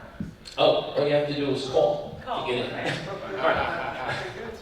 On top of that, all right, I tell you this because, again, being born into that family, I have a gift. I could teach. I'm a natural teacher. I never took an education course, but I'm a natural teacher, and I believe, like probably many of you, each lifetime you learn, and on top of that, so many lifetimes you're called on to teach others. True. And this lifetime I was called on to pass it on and teach others. So that's what this is about. Okay? So I personally do the instruction, and if you don't understand something, I will explain it 52 different ways. Okay? We have the best materials. Matter of fact, we have a joint venture with the credentials with Warren Buffett and Kaplan. And we developed the largest test bank in the world and I think the finest written materials.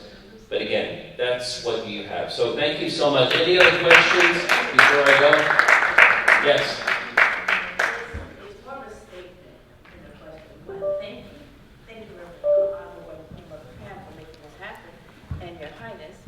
We would like to invite you and be able to have a space to teach these courses at Brownsville Heritage House, open to be able to gain any students from whatever borough to be able to have that space to have access to you if you so.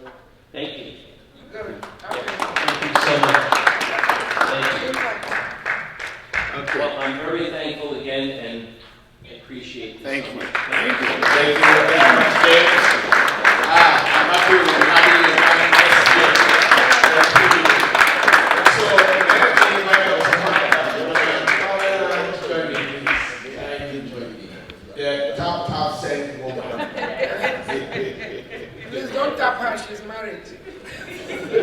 Well, how's everybody doing? I can see we are all having a wonderful time. Thank you so much, Brother Jim. As we call each other in Africa, everybody's brother and sister. I just want you to know that we have my young nephew who walked in this morning as you were talking. He was so inspired. He said, Auntie, you know I walk in Wall Street. Right here. Stand up, Brandon. Okay.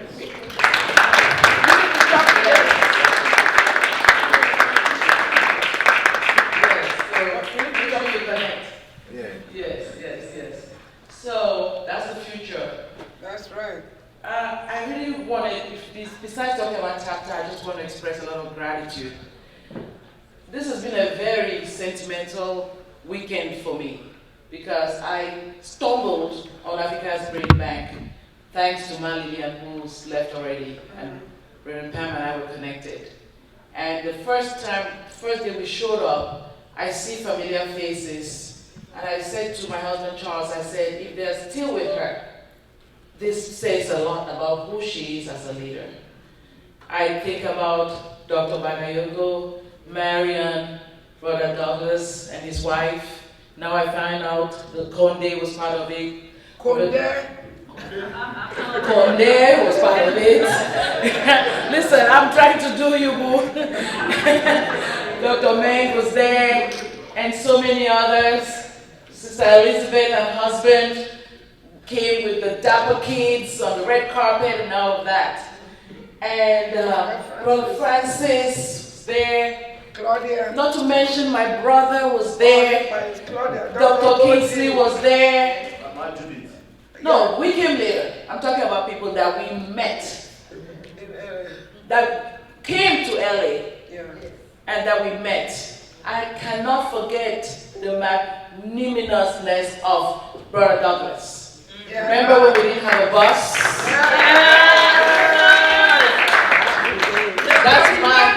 That's my testimony this morning. It's Brother Douglas.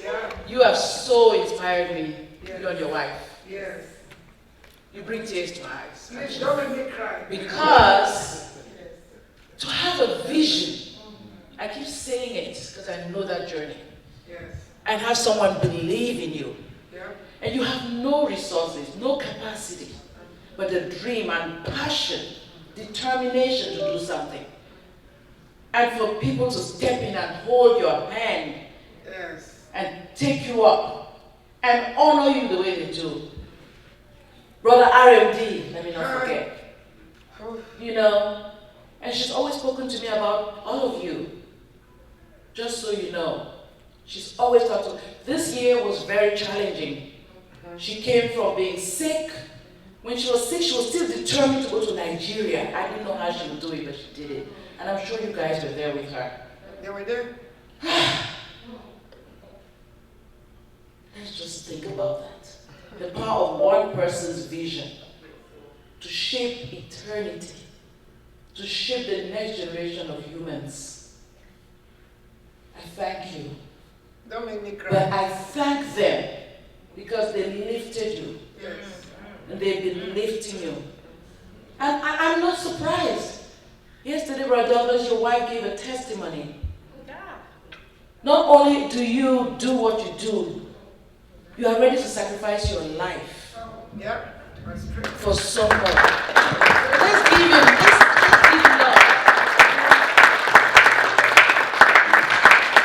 These are the stories that we don't hear. These are the stories that don't get told. We don't celebrate each other enough. And sometimes you're just wondering whether what you're doing is even worth it. I want you to know that if we see you, you are in the space, and your journey will be chronicled beyond your imagination. That's right. I personally know that I have plans. I don't know how I'm going to do it. Me too. But like Sakara would say, whatever God has planted, He will nurture. Yes. So I just wanted to, that's really what I wanted to say beyond tap tap send. You know. And the youth, where is sister? She's left with the daughters. No, they are around. Okay, but I thank her for bringing the children. Next time, let's all bring our children. My other little nephew just walked in. Thank you for coming, even though at the tail end, but then you see what's going They're on gonna here. watch TV. Because our youth are the people that will carry this. We are building a foundation, Yes. and they will carry it forward. Yeah. And we need to start nurturing them and teaching them how to do it. I want to thank my own team that came with me, that trusted me, Claudia. Yes. I don't want to cry. I don't know if the hormones killing me, but Claudia, from day one, she said, if you're going, I'm going. That's right. And the same day we spoke with Reverend Pam, she signed up. That's right. She signed up, she booked her hotel, paid for her registration for her business, not knowing what we're going to meet here. And she did that in LA too, 2023. Exactly. Sister Gloria, I stumbled upon her. She reminded me of you. Next thing I know, she's here. That's right. I'm just saying, let's do that more. If don't be shy. If something moves you, just do it. Yes. Think about who you're doing it for, your children. And now I met Brother, His Royal Highness, at the non-convention, at our Sharpton's convention a few years ago. He talked about this push thing. I was like, what is that? I didn't understand. But now, here we are face to face. I get it. Yes. So, what I'm trying to say is we have to educate each other. Like Samarian said, is it Samarian? Someone said, or Claudia, someone said, those that will take this haven't yet Sally. Sister Sally, where is she? Those that will take this Streaming live. have not heard it yet. That's right. So let's not close our mouths. Let's speak about the Brain Bank on your social media. Make sure you post. Yeah. Everywhere you get opportunity, you go back to your meetings and associations. Talk about this experience. I will do it from a media perspective. I want you to follow me. My Instagram is @PamandChan. I will be telling the stories. I will go to my team and I will share the stories. I pray God that what He has in store, that we can make the world know about Africa's Brain Bank. Because whatever we do, if we do not tell the world our story, someone else will tell our story. I promise you that. And they'll tell it how they want. And they'll talk about eating cats and dogs and everything, and they won't tell about the beautiful things that we're doing. That's a fact. And now there's no excuse. I'm going to go back to my AI thing. That's why I got into AI. I've been using AI to automate my systems, to facilitate, to build a system around me because it was really getting overwhelming. And so I learned how to use the tools. I'm not a coder, but I know how to use AI. All you need to know with AI is what tool you need for your own purpose. If you're struggling with that, I'm ready to help you. All you have to do, go to my website and book a calendar, book a meeting with me, and I'll consult with you and my team. I have a team, it's not just me. My team and I will help you move things along and help you figure it out. It's not for techies. Even techies don't know how the tools. They know. They've been doing things the old school way. It's a new way now. And don't miss this boat because you leverage AI, you will scale your business, you will make more money, you will save time, you'll be able to go on that vacation knowing that things are working without you being there. It is that good. And you'll be asking yourself, how did I survive without AI? Instead of condemning it, you'll be like, thank you. That's how I feel. Liberated. So now let me talk about my sponsor. The reason I'm here, it was easy for me to be here. I would have come regardless. But I wanted to make sure that my sister got some support, that we got some support. And we fought till I was here. We were still trying to get that money. Till Friday morning. We were still trying to get that money, and we got it. So tap, send. Trusted me. Like we said, the currency is trust. Yes. They trusted me enough to believe in this vision and say, whatever you do, we'll support you. And so I connected them with Reverend Pam, we had that meeting, and they pledged something and they supported. Now it's our turn. When the support came, it's actually double what they pledged. Actually, yeah, that's what happened. They pledged a certain amount. She was surprised when I told her. And then she called me, she signed the agreement, and then she said, is this amount? I said, are you sure? So then I called her, I said, you said this amount instead of what we talked about. And he said, yes, they doubled it.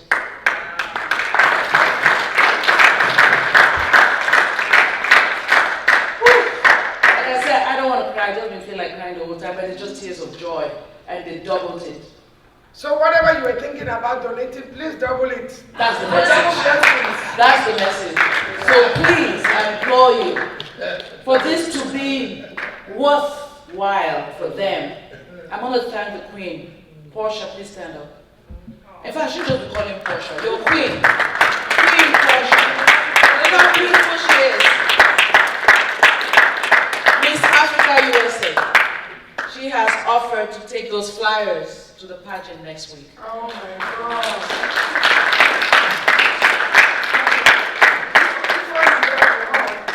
Thank you. Please don't be jealous of her if I didn't hold you my secret. So Miss Portia has offered to take these flyers to the pageant. But we need action. So you pledge to take at least one flyer. Even if you don't take the physical flyer, take a picture of it. Put it on your phone, your gallery. And every time you have the opportunity, just forward it to a friend, to a family member, by just taking a picture of it. And asking them if they've never used Tap Tap Send, to download the app, Tap Tap Send, and put in the code ABB, which stands for Africa's Brain Bank. Put in that code whether or not they're sending money just yet. Tap Tap Send will register that the Africa's Brain Bank Charity and Summit and Charity Ball was fruitful for them. Because at the end of the day, they are a business. And they cannot survive if we don't support them. So they'll know that, so they'll have traction. And so that next year I can come to Ghana on their sponsorship and maybe they'll triple or quadruple the sponsorship because they'll say, hey, we gave this amount and we got this much. So now if we give this, they're worthwhile and they'll keep supporting. And the reason I love Tap Tap Send is because instead of going through the networks and putting commercials and ads, they choose to invest that marketing budget on the community through events like this. Okay, so please, and it's worth a while because your first send, you get a $10 bonus on your first send. You've never sent money, you send $100, they'll add $10 to it. It's free to send, and it's a mobile, it's a MOMO, what's a MOMO? Mobile to mobile. So it stays on the phone, on the recipient's end, and they just have it on their phones. Instantly, you send the money and they get it. But guess what? MoneyGram, Western Union, WellRemit, name it, they don't support us like that. They don't do it anymore. As a matter of fact, Immigrant Magazine helped MoneyGram to gain a big market share in California. And once they got that share, they disappeared. I called them again, I said, are you going to sponsor such and such? No, Pam. So, Tap Tap Send has stepped in. Let's support them. Thank you so very much, and I wish everyone a safe journey back home. And see you in Ghana! Thank you. That clap is not good enough. She registered the most.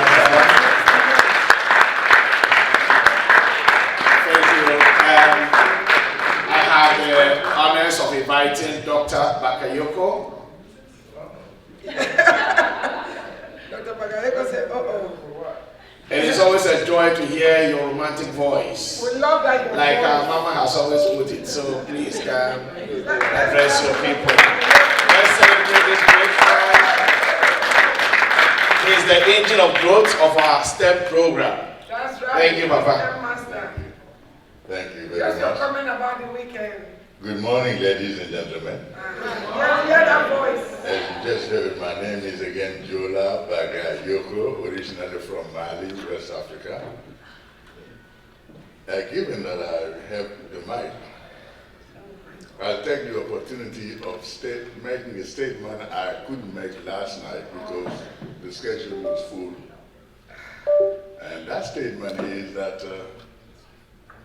concerning the solution to the brain drain, the work of Africa's Brain Bank is not only innovative, but with the advent of technology as we have it these days, it can be all-encompassing, and that in a time frame that does not stretch in years. So that's what I would like us to think about.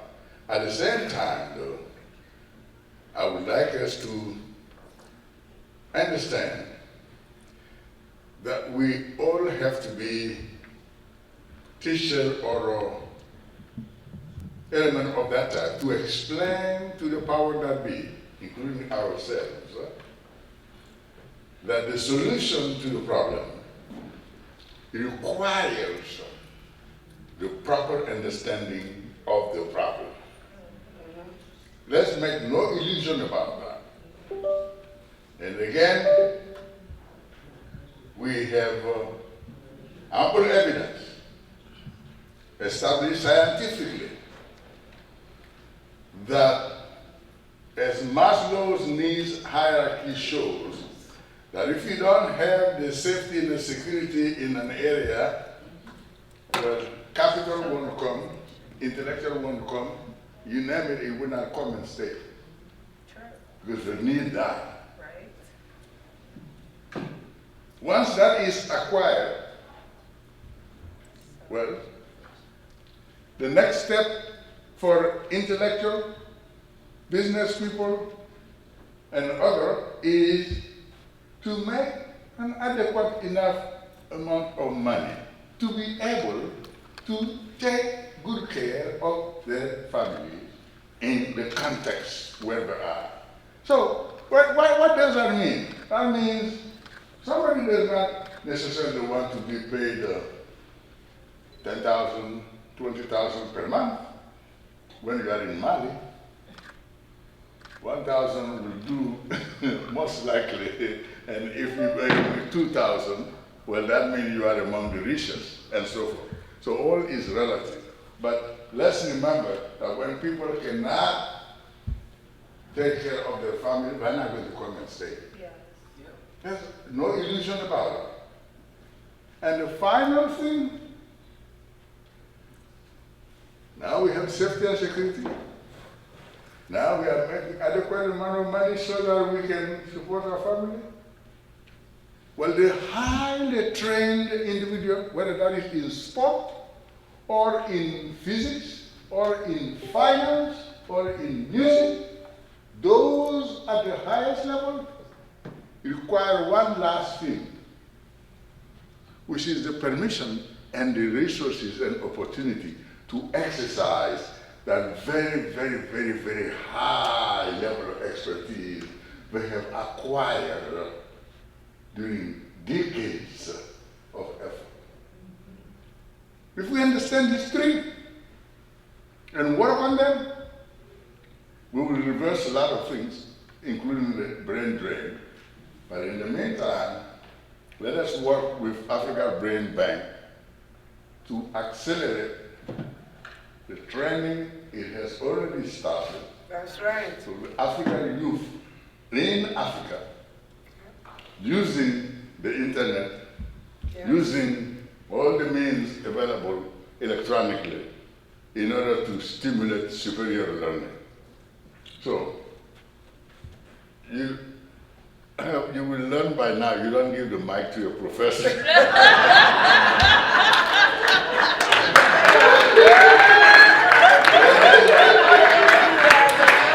Oh my God, that's by the way, there's a young, handsome, I don't know, well, I've listened to him, but his voice doesn't come as close to his father. Orthopedic doctor out of Alaska with his beautiful wife, Dr. Namari, and Bagayokos. They donated $15K to this event. With no strings attached. They did not attend. They don't even want a thank you letter. They believe in the vision. In 2022, we got a check in the mail for $2,500. Dr. Bagayoko performs, he doesn't talk. He didn't even say anything to me or the board members that he said anything to his son. And then in 2023, the son doubled it to 5,000. Then 2024, I was just praying. I said, Father, he keeps doubling. So, Father, he would double for Lagos. And they did. Lagos, they gave us 10,000. This 2025, I didn't pray. Maybe if I prayed, we would have gotten 20,000 instead of 15. But we are grateful, and the money always comes at the right time.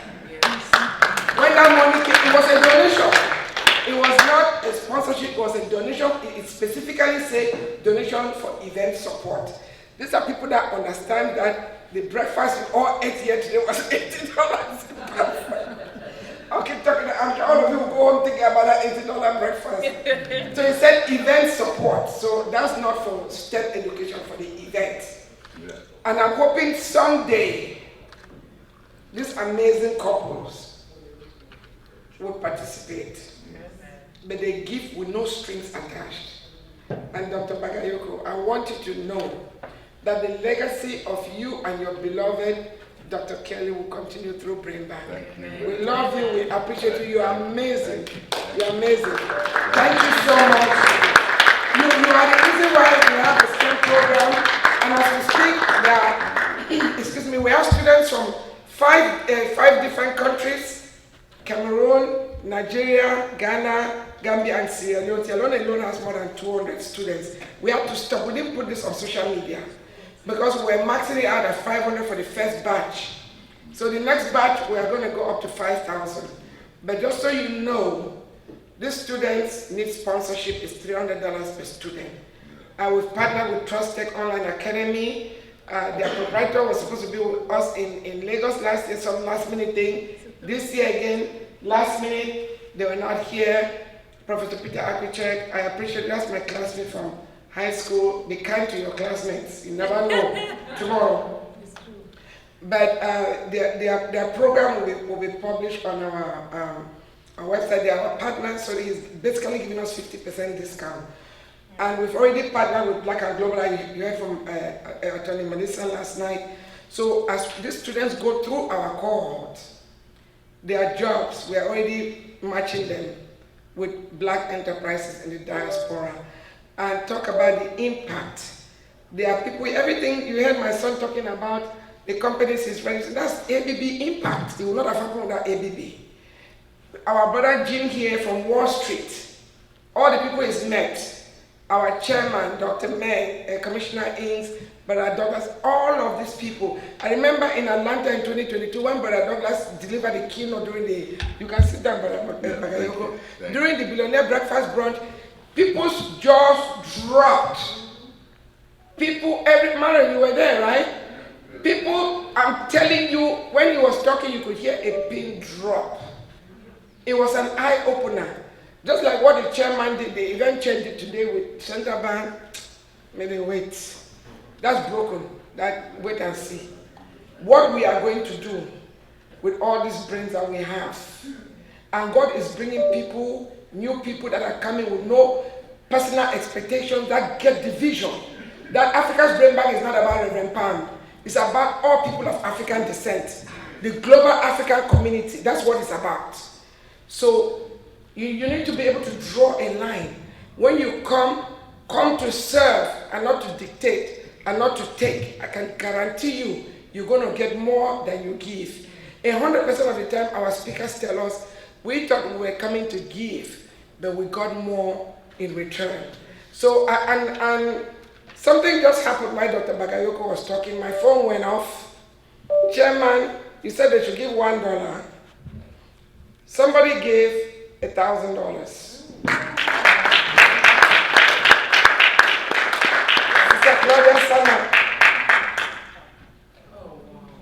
She said to replenish what we have spent.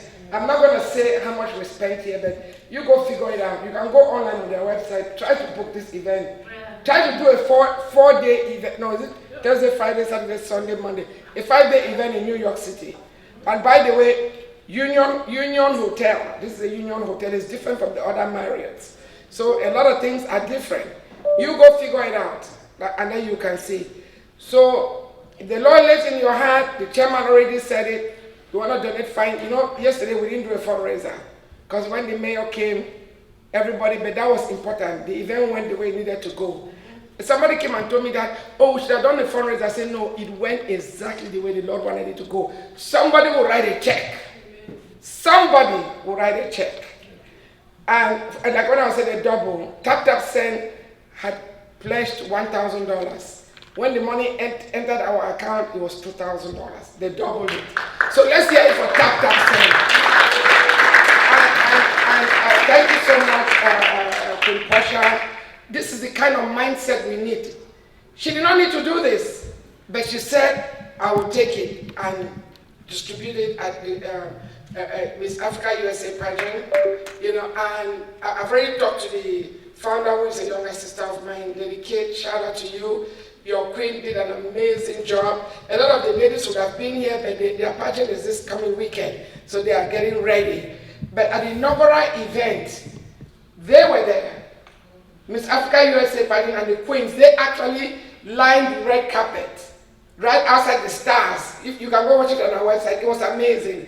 They were all there with their sashes and just beautiful greeting people. You come on the red carpet, they are there. So hopefully I'll get Kate to bring you guys to Ghana next year with 1 year notice. So, but Portia, I want you to come and say something about your experience this weekend. She did an amazing job on the red carpet. Let's hear it for her. She made a lot of sacrifices to be here because she's busy with the pageant this weekend. Thank you so much, Queen Mother. You're welcome. I just want to say thank you all so much, Your Excellencies, guests. Thank you all so much for your respective places of being here. It is an honor and absolute pleasure. Thank you so much, Reverend Dr. Payne, for inviting me to speak, to listen, and most importantly, to learn. I feel like I had an opportunity to be embraced by most of you, and it is just a blessing to be able to do that. I feel like this is a full circle moment. I heard that this organization started in 2019. That's when my Miss Africa USA journey actually started for me. I placed first runner-up the first year, and I was crowned first princess for Miss Africa USA. That year was the first year they ever allowed African American women to actually compete in the pageant. A couple years later, I competed again. I got sick at the pageant, did not give up, placed top 10. It's okay.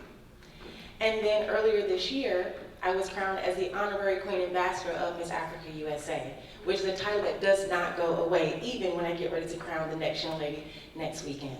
The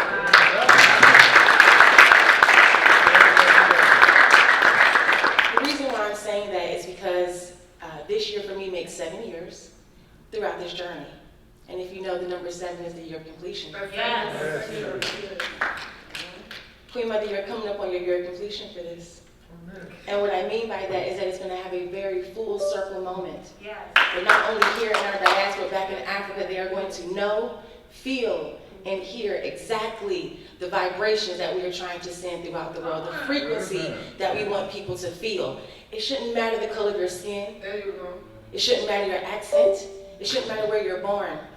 And the reason why I say that is because there were moments in my life where I felt a little bit insecure about being proud to say that I was a Nigerian, because I didn't have the accent on. I didn't know about fufu, right? But I learned. It's not fufu, it's fufu. Fufu. Yes. See, I'm still learning. But I say all that to say that it has been a blessing to be a part of this journey. I truly do believe that we are our ancestors' wildest dreams. I do. And I do also believe that our future generation is going to take us way far beyond our wildest imaginations. So I pray and I hope that we continue to instill in each other love, understanding, but most importantly that we give each other grace throughout this journey. I don't believe that this is the end. This is the beginning. We talk about the brain being drained, but we also are preparing the bank, right? Maybe there's a reason why this brain needs to be drained.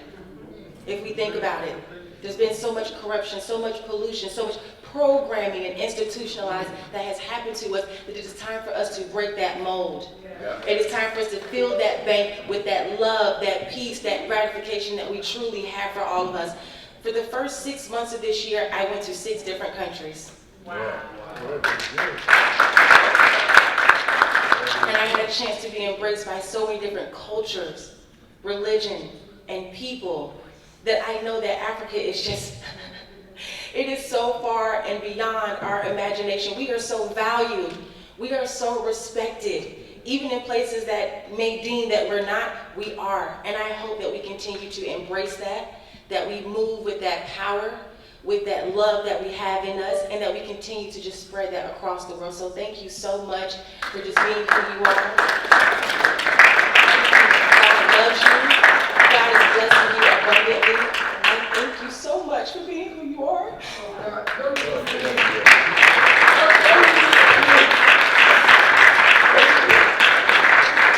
I knew how to do it as a mother, so I thank you all so much for being my family. Thank you. Thank you.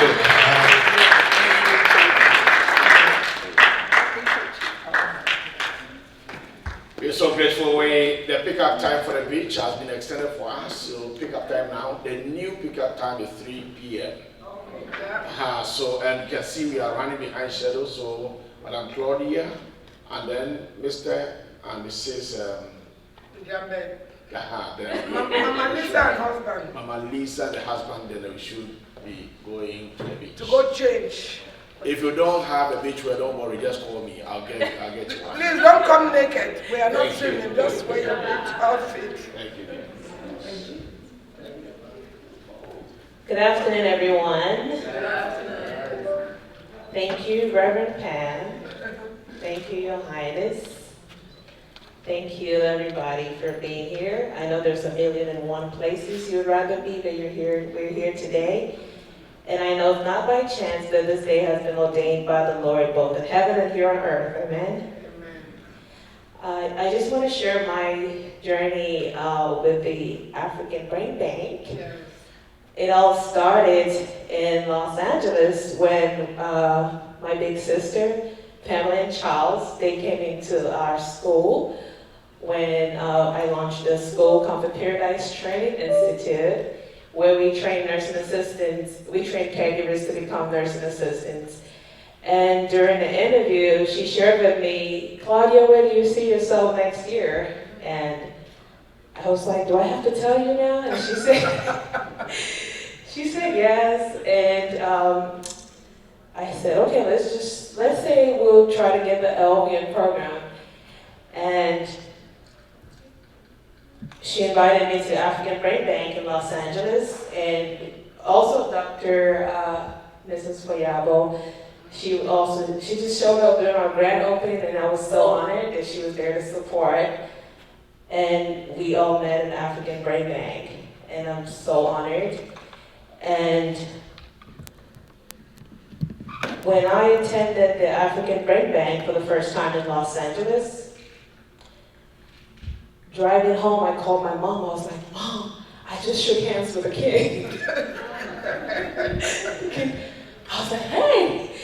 I said, Mom, I met R&B. Just like growing up, you just watch people and then you get to grace the same field with them. And it's just such an honor. And the only thing I remembered is God saying, where the heels of your foot will touch, you will possess the land.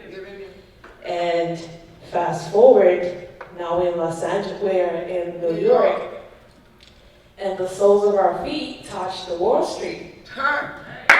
So guess what? We're possessing the land. That's right. And also being in the African Brain Bank and seeing what everyone was working on, now I'm like, man, I promised Big Sister Pam we're going to get this LVN program, right? And I couldn't make it to Nigeria because we had to launch the LVN program, thanks to African Brain Bank for that inspiration. And also being here and meeting my sister, Miss Gloria.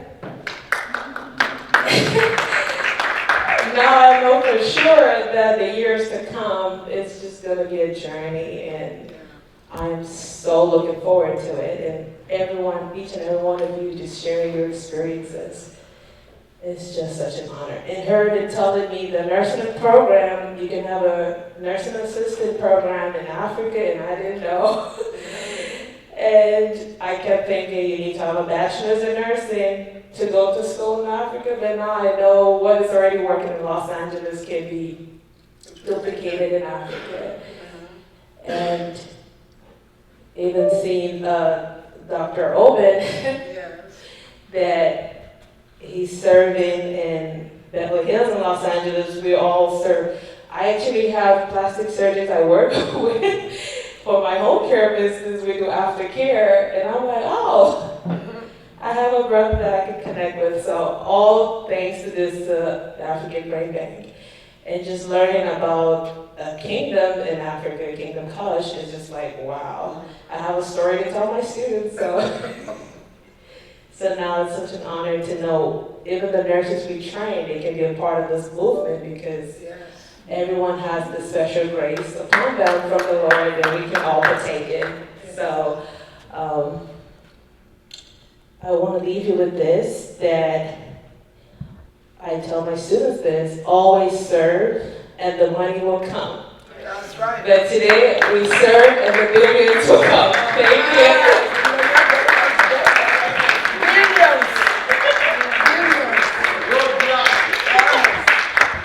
Yeah, so Mr. and Mrs., please get close to me now.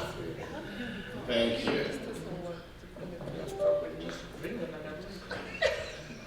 Thank you. So they are going to be our final speakers, and the event will be over. You have the honor to share your experience with us, and then you introduce your beautiful wife, and then you continue.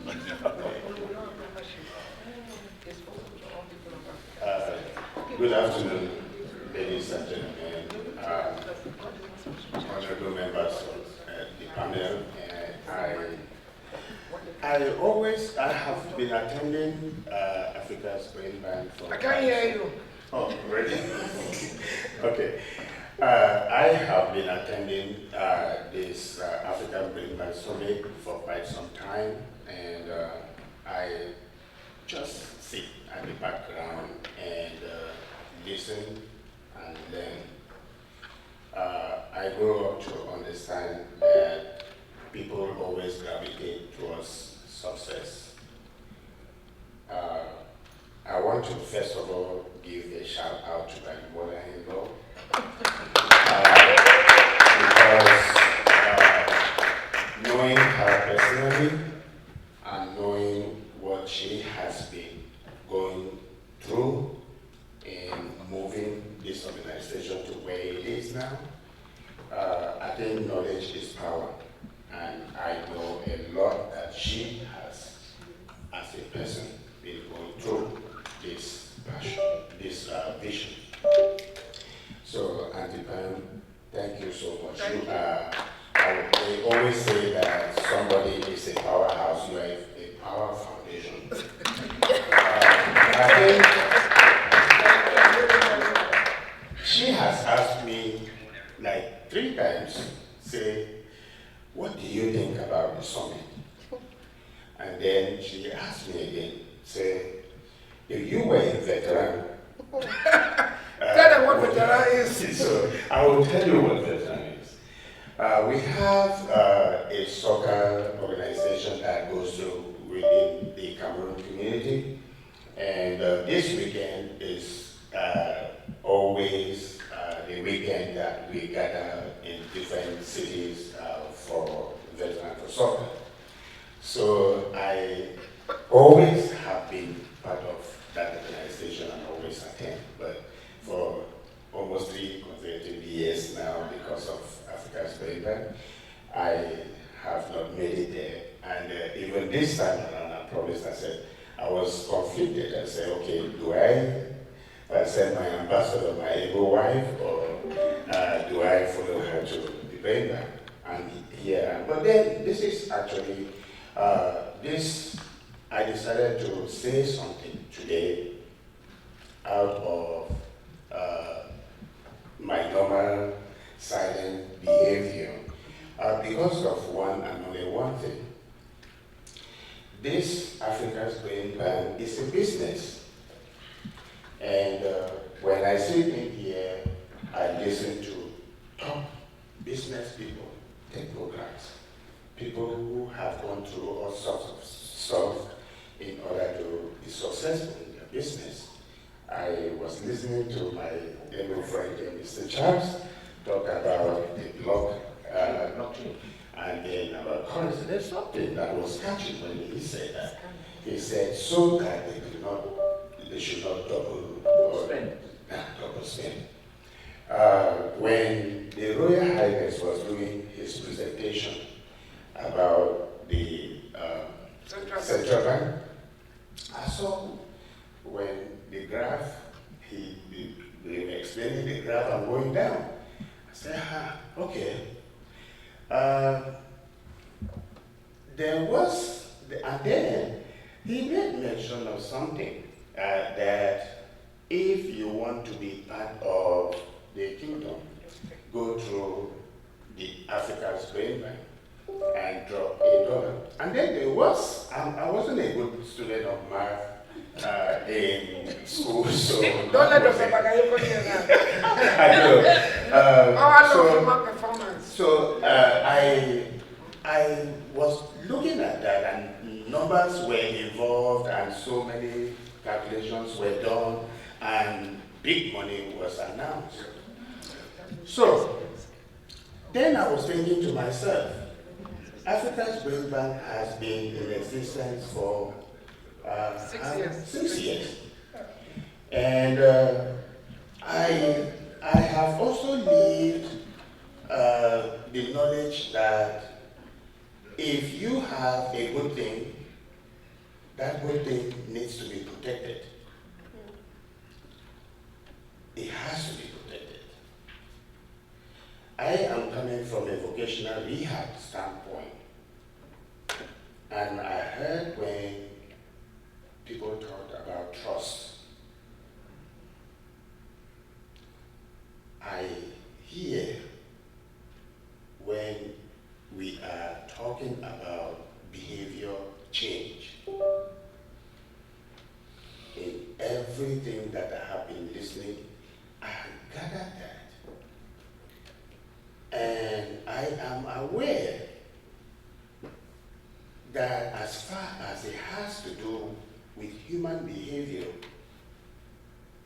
trust only comes in because we are human. And sometimes it's hard to tell. And because of that, I have been wondering what can be done with the, tremendous job that Africa's Grain Bank has done. I listen to people and hear about connections that they get when they come in here. And then I listen to my able mother-in-law. I listen to talks about donations,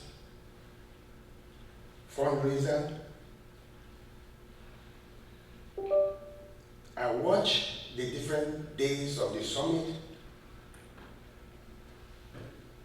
I hear titles, I hear education and doctorate and all the big names and big words.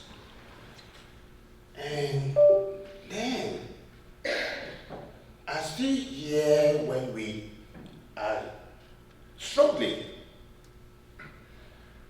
And I think the board of directors of this organization will understand when I say struggling.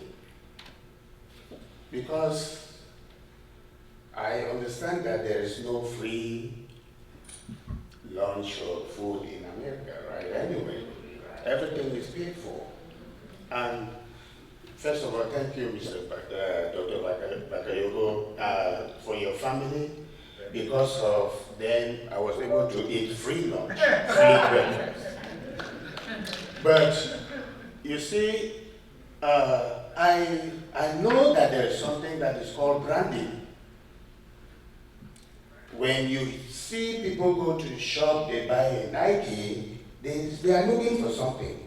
The moment you see that thing, you buy it and buy it very expensively. Because it's Nike, because it's Jordan. You buy it. When people come in here, they meet people who have sacrificed in terms of time, in terms of money, and they have acquired knowledge You come here, they share freely. We benefit from that knowledge. I wonder if the board is thinking about a better way for Africa's Green Line. And what do I mean by a better way for Africa's Green Line? That we will have to be a little bit intentional to understand that this is a business, first of all. And when we say this is a business, everybody who is here, who is a business person, knows what that means. I am going to offer myself because I know that great things great things came into existence because of an idea. It might not be right. It might not be the right idea. It might be something that people have thought about it before, but probably had a statement somewhere.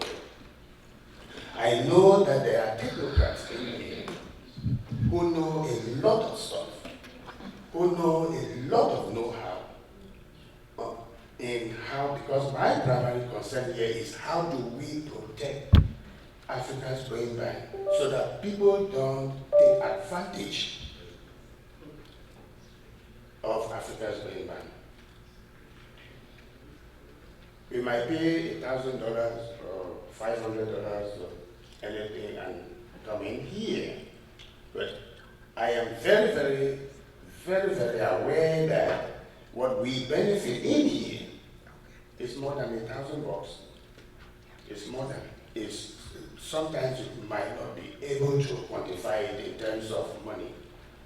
So I am going to end here by, as I say, offering myself, as I was thinking, sitting down there and listening to people and listening to all the good things and all the successes and everything.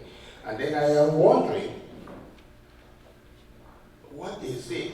Maybe what I am thinking about has already been thought of, but probably the board, in this case, is where my focus is. Because I, from my own little sense, understand that each board of an organization has fiduciary responsibility. Those in the finance industry know what that means. And when an organization fails, a board has failed. I heard when they said, it's time, we are out of time of too much talking, it's time for action. That's what I'm talking about. Good things like this needs to be protected. Thank you guys so much. And then I will use this opportunity to introduce my very sweet house here.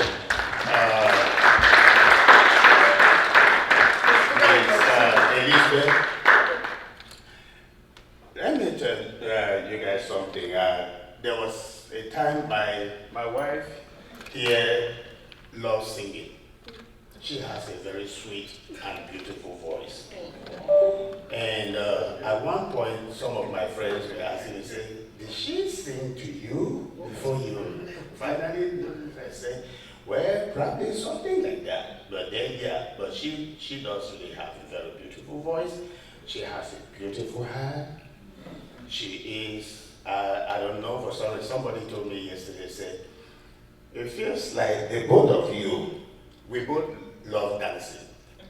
We end the dancing floor each time when we go for a party. We party well. At the same time, we try to be serious too. Different time, makes it too. So, sweetheart, I'm going to pass the microphone to you. I don't know what you want to do. You probably might want to do that here.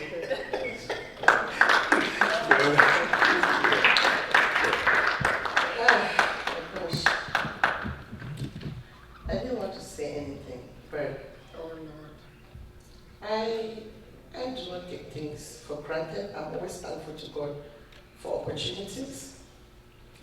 And I don't think I deserve to be standing here to really say a word to anybody here, especially in front of your Royal Highness, Mr. James,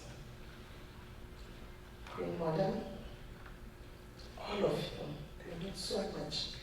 But your Anna, Dr. Babayoko, you're always here in my heart. And I will be forever grateful to God for meeting a wonderful person like you. Thank you, sir. Now, this is my aunt, Reverend Pan. I just want you to know something. I was just supposed to sing, to ask God to take care of us. With everything that has happened, I'm going to sing 2 short songs.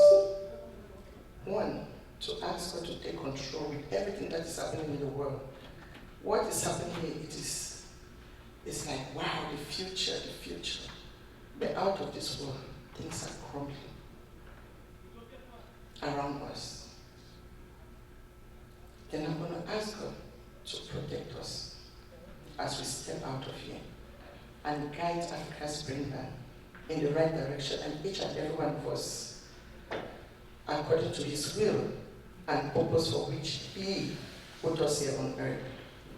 But I just want us to understand, Reverend Pan, Her Royal Highness, is the visionary of Africa's brain bank. She is my baby sister's mother. No, she is my baby sister, Marie, her daughter. She is not here. She is gorgeous. She is smart. She's my upgrade. Move on. Bingo.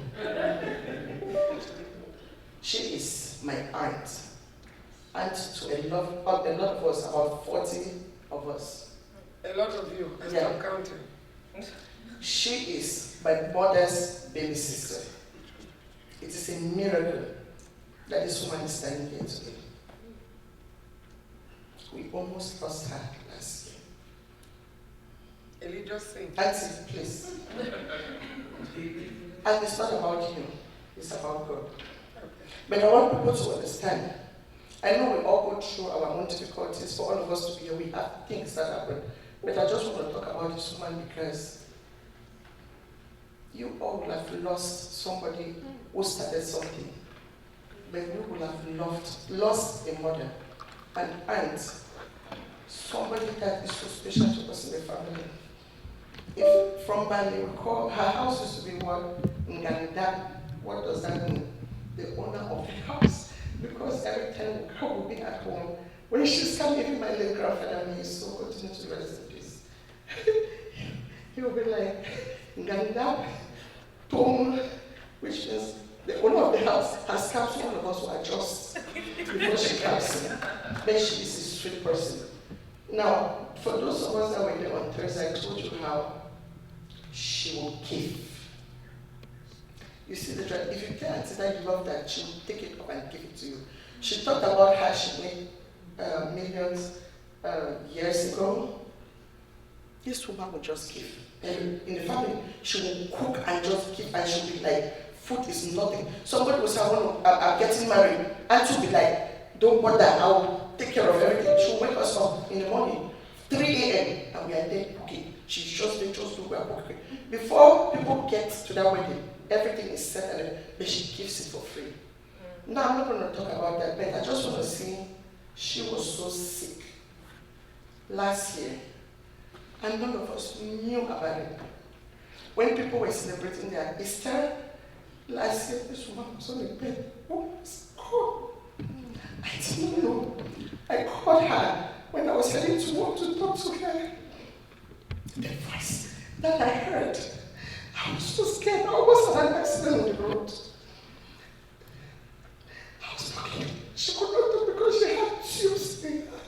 And she still did not want me to know what she was going through. I stopped and I called her daughter. I said,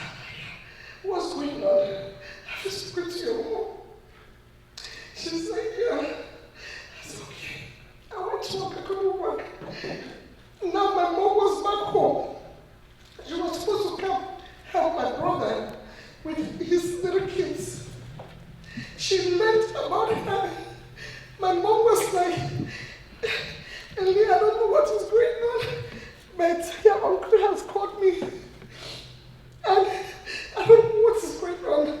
Can you tell me? I said, Mom, I don't know. Mom said, please, you guys should book my flight. I'm coming right away, but I'm not going to my please. I'm going to my sister. And then my heart dropped again. And then I heard Miss Mariam was there with her in Chicago. And she experienced everything that she went through. This woman was almost gone. Lady Mariam, when I talked to her, she told me, Nanny, when they took Auntie into the room, and what she saw, she could not even eat for days. She said the only thing that she could put in her mouth was crackers. We still did not know what was going on with her, but when you talk with Auntie, she would pray, she would talk, this woman would still go online. This is not what she was going through.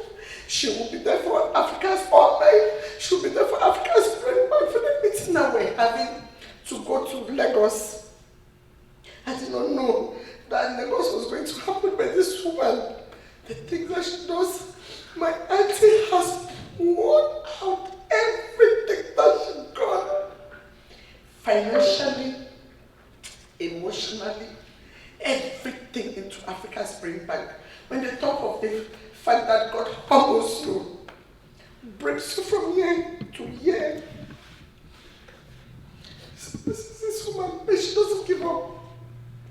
And to get up Sundays, this woman will have this, and with this group, she will talk, she lives from that to the next one, to the next one. Even when she was going through what she was going through.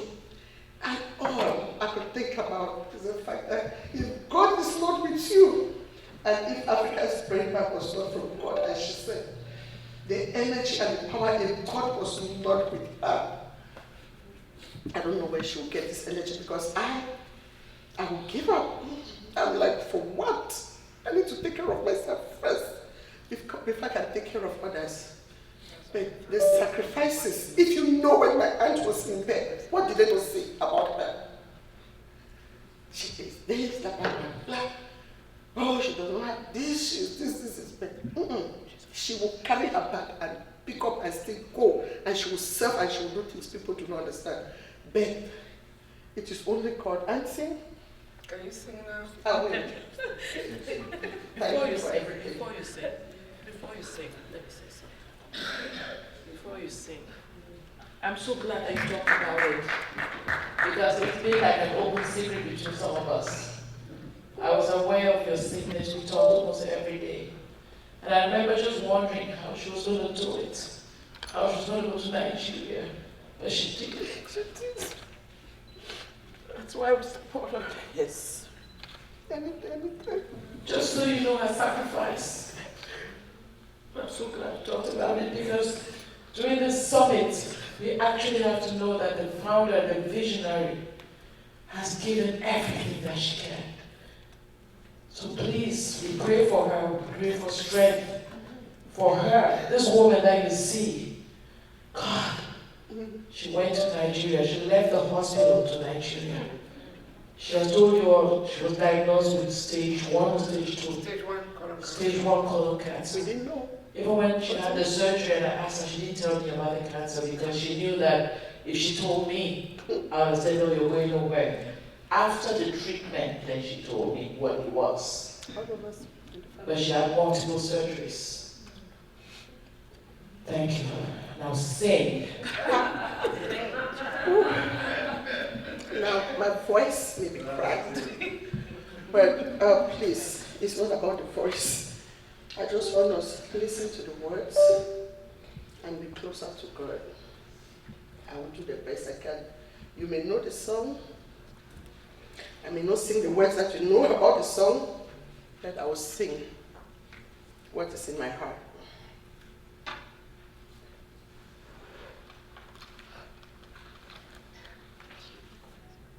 Sometimes I fall to my knees and pray. Jesus, come. Let today be the day. Sometimes I feel like I'm gonna break. I'm holding on to the hope that never fades. Come, Jesus, come. We've been waiting so long for the day you return to heal every hurt and right every wrong. Oh, we need you right now. Come and turn this around. Deep down I know this world isn't home. Come, Jesus, come. There will be no war. There will be no change when Jesus comes. Let today be the day. You come for the weak and the strong just the same. All who believe in the power of His name. Come, Jesus, come. We've been waiting so long for the day you return to heal every hurt and right every wrong. Oh, we need you right now. Come and turn this around. Deep down, we know this world isn't home. Come, Jesus, come. One day He'll come and we'll stand face to face. Come on, bring it all down, 'cause it might be today. The time is right now. There's no need to wait. Your past will be washed by rivers of grace. Come, Jesus, come. We've been waiting so long for the day you return to heal every hurt and right every wrong. Oh, we need you right now. Come and turn this around. Till though we know that this world isn't home.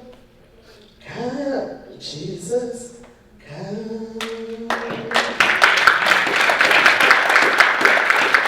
Alright, so the last one that I'm going to do, Baba Yoko, please, Dr. Baba Yoko, please come up. Your Royal Highness, please come up. Please, Mr. James, and Dr. Ben, and please, if you guys can come up.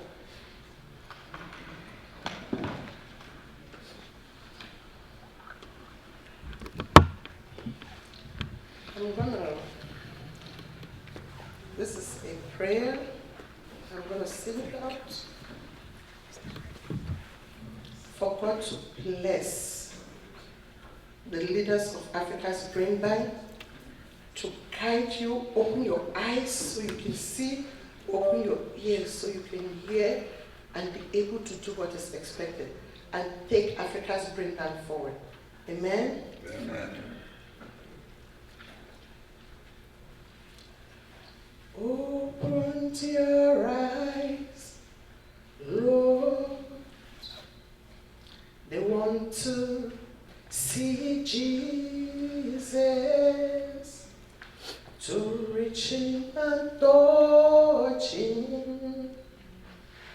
What a wonderful Jesus. Jesus. Jesus. Oh, Jesus. What a wonder you are. Oh, Lord. You are so gentle, so pure, and so kind. You will shine, you will shine, you will shine like a bright morning star. Oh, Lord, you are so gentle, so pure, and so kind. Open their ears, Daddy. They want to hear Jesus, to listen and understand. What a wonderful Jesus. Open our ears, Lord. We want to hear Jesus in everything we do. To listen and understand. What a wonderful Jesus. Jesus. Jesus. All right, Jesus. What a wonder you are. Oh, Daddy, you are so gentle, so pure, and so kind. They will have, they will have abundant life in Christ.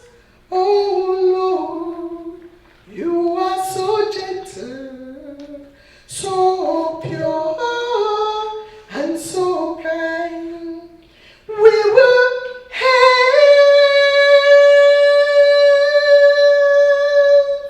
we will have abundant life in Christ. Yes, Lord. Oh, Father, you are so gentle, so pure, and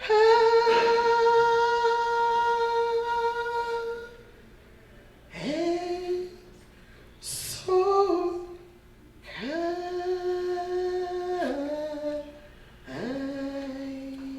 Amen.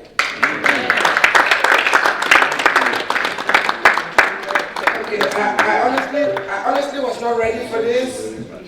And since you brought it up, I'm just going to say a couple of things. And one of our sisters wants us to take a group picture, so please, if everybody can come toward the stage. I honestly wasn't ready for this, but yes, I was diagnosed with stage 1 colon cancer while on travels of volunteer work. I was on the road.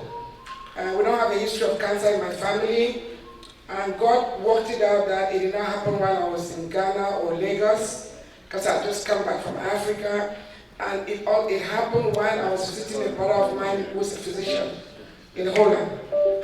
All I know is that I went to the bathroom, thought I was having a bowel movement, or the only thing that came out was blood.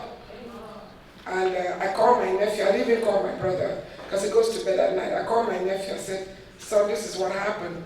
I thought I was just constipated. And those of you who saw me in LA, cancer was brewing in my colon at the time. I didn't know. Please, everybody come to the front. We're going to take a picture. I will have a testimony, but since you brought this up, I just want to say something. I think I owe it to you to say this. Please, let's get ready for the picture. So I drove myself to the. So my nephew told me, my nephew is a physician in Dallas. He said, "Auntie, I don't know how to tell you this, but it sounds like colon cancer." I said, "Son, it cannot be colon cancer. We don't have cancer in our family." He said, "But if that's what it is, it will kill you if you don't get it checked out." So in the morning, I told my other brother, the physician, I said, "I'm going to the emergency room." I thought it was hemorrhoid. I've never had hemorrhoid, but I thought so. So I drove myself to the emergency room on Holy Wednesday. I actually thought I was going to be going back home in 2 hours. I ended up spending 21 gut-wrenching days in the hospital. The reason why they even discharged me after 21 days was because they knew I was living with a physician that works in that hospital. But, so I had surgery on Good Friday, and 6 days later, I was so sick. I have no memories of being taken to the operating room. I'm talking about, I had 3 major surgeries. So, unfortunately for this, my little sister, the only reason why she was the only one that knew in the family, we have a big family, because she was supposed to travel with me the following week to California. I was speaking in California, so I called to tell her that we may not be going. That's the only reason why she knew. But the others in the family don't understand. They're like, why is it that she was the only one that knew? But I wanted to say something brief, not the whole thing, because I don't want to turn this into a funeral or a crying party. But until this moment, I have no memories of the second surgery. The first surgery was more than 4 hours, second surgery was more than 4 hours. Thank God for her, she's not a medical person. Because she was a medical person, she probably would have ended up in the emergency room herself if she knew what was happening with me. But I don't know when, and the reason why she happened to be in the hospital, because she was coming to see me for the first surgery. So she was coming to check up on me after the first surgery, not knowing that the second surgery will happen while she was visiting me and with me in the hospital. So I wanted to say something briefly, and I know she's come on a lot. I've even been attacked. My family is not happy. I'm sorry? No, don't. It's a testimony. It will bless somebody. Yes. But no, it will bless. I am going to do a testimony. Revelations 12:11 says, "We overcame the devil by the blood of the Lamb and by the power of our testimony." This will bless somebody else. You know, when somebody is sick, don't judge them. Don't grumble. Don't complain. It's not about you. When people are sick, they don't make the right decisions or whatever. She just happened to come in to visit me after my first surgery, and ended up being in the middle, being the one that the doctor comes out of the operating room to talk to her. And she was wondering why the doctor sat next to her. She thought something terrible had happened to me, but I have no memories of when they took me out of the room. So I wanted to say something briefly. Are you saying without crying? No, we're not crying. We are celebrating today. Okay. So I don't even know why you should have spared me that, sis, to be honest, because I found myself in the crossfire. I don't know anybody who has been in the military. So I went there. Of course, the day of the first surgery, I could not go because I had a friend visiting from out of state. So I told her I cannot come, but I'll come in 2 days when he leaves. So I packed my things and I drove. It was like 4 or 5 hours. And I get there in the hospital, I'm sleeping on the couch with her, Dr. DeCook. Yeah, I remember his name. So Dr. DeCook comes and said, you know, something, I think we need to do some fixing. I said, Doc, what does that mean? He said, no, we need to take her back in. I said, oh my goodness. Are the pictures done? Yeah, I'm so sorry. So they take her back, they take her in. Wait, let's sit down. Did you take the picture? Oh, okay, you guys can see. I didn't even know what to do.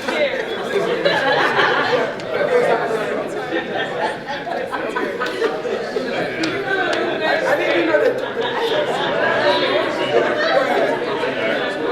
Okay, we just need 2 minutes. Hello, just 2 minutes. So they took her back in, and the doctor said it was going to be just like 2-3 hours. So I went with them to the anesthesia. They gave her anesthesia. I said, okay, I'm going back to the room. The doctor said 2 to 3 hours. I waited 3 hours. She was not there. I did something that day that I later on found out it was called stress shopping. I googled some stores around because it's a small city. They only had like RD and Walmart. I went shopping. I bought all kinds of fruits. I didn't even know what I was doing. I just was buying things so that time should pass. So I come back. It's 5 hours. And I'm coming into the room happily. I'm like, Nana, I open the room, she's not there. It's like, wow. So I sit down, not knowing what to do. Another hour passes, Dr. Nico comes into the hall. Now, that was the longest 30 minutes of my life. Because I expected him to say, oh, the surgery went well. He came, I was asking, so, oh, how are you related? When did you come? I'm like, Dr. Nico, where's my sister? Can you just go to the point? And finally he said, yeah, she's responding, surgery went well and everything. I'm like, oh my goodness. What would I have told all of you? And I'm so happy, like she said, I was so hopeful. I didn't even know anything was going to happen, but for one split second, when it took longer than what he said, then I started thinking, the human mind is so funny. I started thinking, if something happens here, what do I do? What do I say? Where do I start? But thank God we are all here. She's a testimony. And I used that opportunity to beg her when we were planning for Lagos. I said, Ma, you know what? You have a perfect reason not to do Lagos. Let's skip Lagos. She said, you cannot understand. You cannot understand. I said, oh my goodness. Her vision, when she sets her mind into something, she said, no, let's do it because the Lord has said we should do it. I said, okay, I trust you. The Lord did not tell me, the Lord told you. I'm going to trust, and we pulled it off, and it was so successful. So I don't think if that could not stop her, trust me. And that's the inspiration. Nothing can stop her. Yes. She's unstoppable. Alright, so we are being picked up at 3 o'clock on the beach. Please, dress decently. What's the weather like? Because I'm from Los Angeles. It's hot. I don't know, what's the weather? Check your phone. What's the beach? Ask AI. Ask AI. You know what?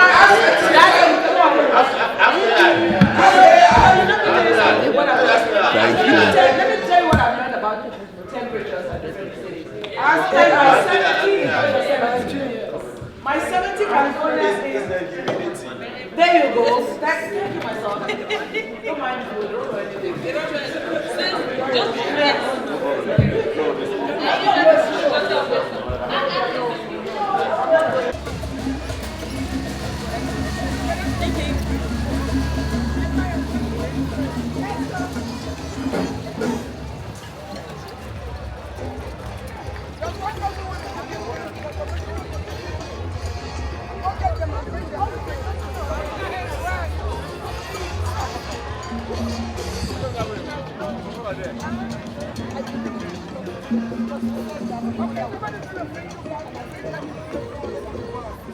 All of us are going to go there.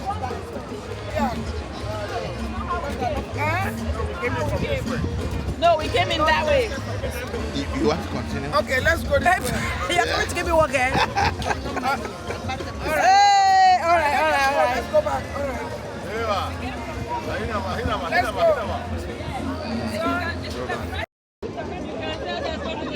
So here we are at the end of the Africa's Brain Bank Summit. It's been an amazing 3 or 4 or 5 days. Actually, we're the 4th day right now. And as you can see, we're loosening up. The ladies, the men, they're doing the salsa thing. We are on the beach on Coney Island. And I really just want to know.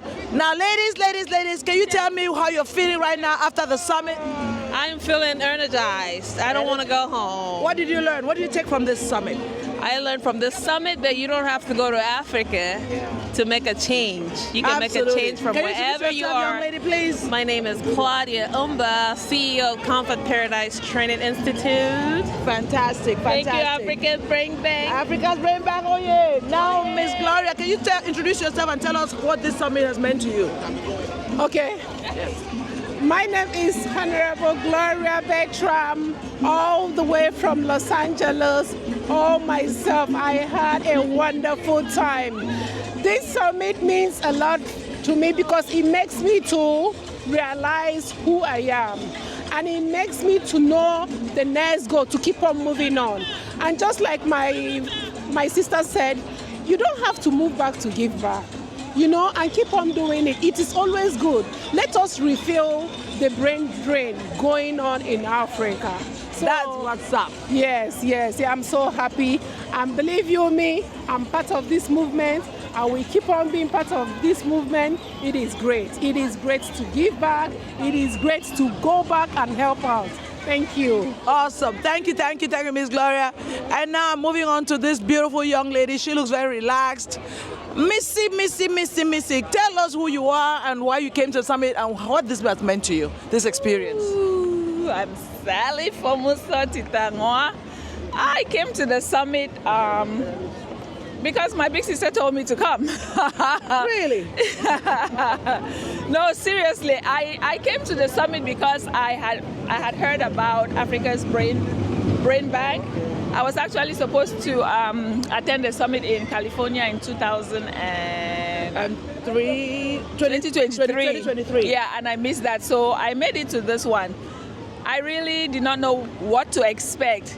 But you know how they say, until you experience something, if you are still sitting at home, if you've heard about this and you're still sitting at home and you're thinking you may want to go, I think personally, this is the best investment I've ever made.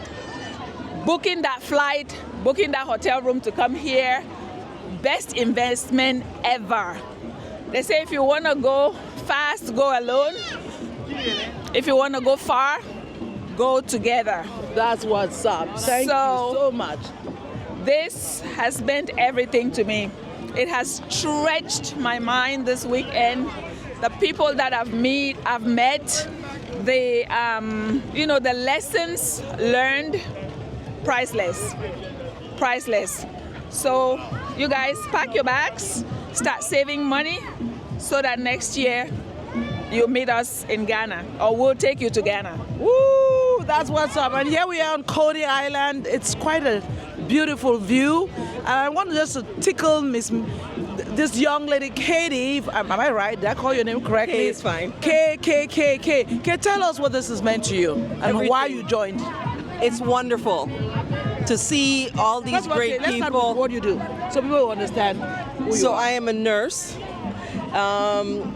I found this seminar to be very motivational. I got many great business ideas, and I definitely will return. Fantastic. I have a feeling that we'll be seeing you in Ghana. I hope so. All right. Thank you, Ms. K. So a lot of feelings, a lot of great, for me it's felt like a retreat, a 5-day retreat that has been just priceless. And I'm saying something I really don't really care for, pythons and stuff. We are on Coney Island, you see all kinds of stuff. But right now let me talk to this young lady about what this has meant to her. Yes, so tell us a little bit how you feel, who you are and how you feel. Oh my, this is Elizabeth Chambet. I mean, what cannot express how I really feel right now, because Africa's Brain Bank, my goodness, the experience that you guys have given us this weekend, I don't know, I cannot sum it up, but I just want to say thank you to the visionary, Reverend Dr. Pam. May God continue to bless you and all the board members, because, talk about Wall Street, being at the New York Stock Exchange. I never dreamt of it, but I am grateful that you guys gave that opportunity for us to be there. And then UN, we went to the UN, we took pictures. I mean, that experience, everything about this summit was just wonderful. Then the mayor came as the icing on the cake, and then the talent, the everybody that came and gave their services, for free, their knowledge and everything. So I cannot. The family is the friendship and the bond that you have with people is priceless. and I can't wait for 2026 Ghana. Absolutely. And the things that we have to continue to do for the world. Absolutely. You heard it from her. It's been quite a journey, quite a wonderful experience. Like they are asking about the ABB. So I was just trying to, I don't know if you can explain to them. Yeah, we were just asking what organization you was from. Yeah, well, Ms. Jabba, do you want to share? He was explaining that y'all had a summit here. Yeah, we had a summit. And now y'all just relaxed So today. please share with the man on the street. We actually just concluded the 6th summit of the Africa's Brain Bank. Africa's Brain Bank is our brain, our bank, right? So we want to, stop the brain drain of the African mind. So we're all about using our brains and the knowledge that we have here and depositing back to Africa where we came from, right? Anybody with this color, right, from where we came from, you don't have to be present physically, but we can, impact those people that are back home with the knowledge so they can improve our continent and make it better. So that is what Africa's Brain Bank is all about. It entails all the 55 countries in Africa and all our brothers and sisters in the Caribbean, here in the United States, because we have one people, right? So whatever talent, knowledge, whatever we have, every Labor Day weekend, we come together, we share ideas on how to improve ourselves here and with what we are doing and how we can impact our people back home. That's it. So that was what it was all about. And this time it was fantastic. We had the opportunity. We go to, like, this year is here. Yes, this year is here in New York. Last year it was in Nigeria. Next year we're going to go to Ghana. Then a year after that we're going to go to DC, and the year after that we're going to go to Kenya. So we try to do it here in the States and back and forth. And so it gives you the opportunity to go, you mingle with people, you come, you share ideas, and then you see what you can do, how to impact those that are back home. And it gives you a new meaning to realize that whatever you're doing, it is not fruitless, but you can always build on it and make the world a better place. Absolutely. Yes. Thank you. Much success with that. Thank you so much. And So, thank you for being here. if you want, we can give you the... Yes. Yeah. So while we do that, Mr. Charles Enchang, can you share some perspective about what this experience has meant for you? Listen. Let's get out of here. When it comes to the importance of bringing people together, that we do very well as the Immigrant Magazine. This, to me, in terms of bringing people of Pan-African descent together, has been one of the most impressive moments of my lifetime. And that we came together in New York, and that we are together as Africa's Brain Bank, thinking about how we shall leverage our resources for the empowerment of the future. It's a blessing. So we thank Reverend Pam and the team. This is just the beginning. It's been 6 years now of our development of our project. It's the beginning of greater times. We're all happy to be here, and we know that from now hence, things will only get better. We're going to build the systems required to make sure that Africa's Brain Bank and much more be realized, not just for us, but for the people and people of African descent all over the world, because it's their time. It's their time. Thank you. Thank you so much, Mr. Enchang. This has really been an amazing experience, and I just can't wait to see what the future holds.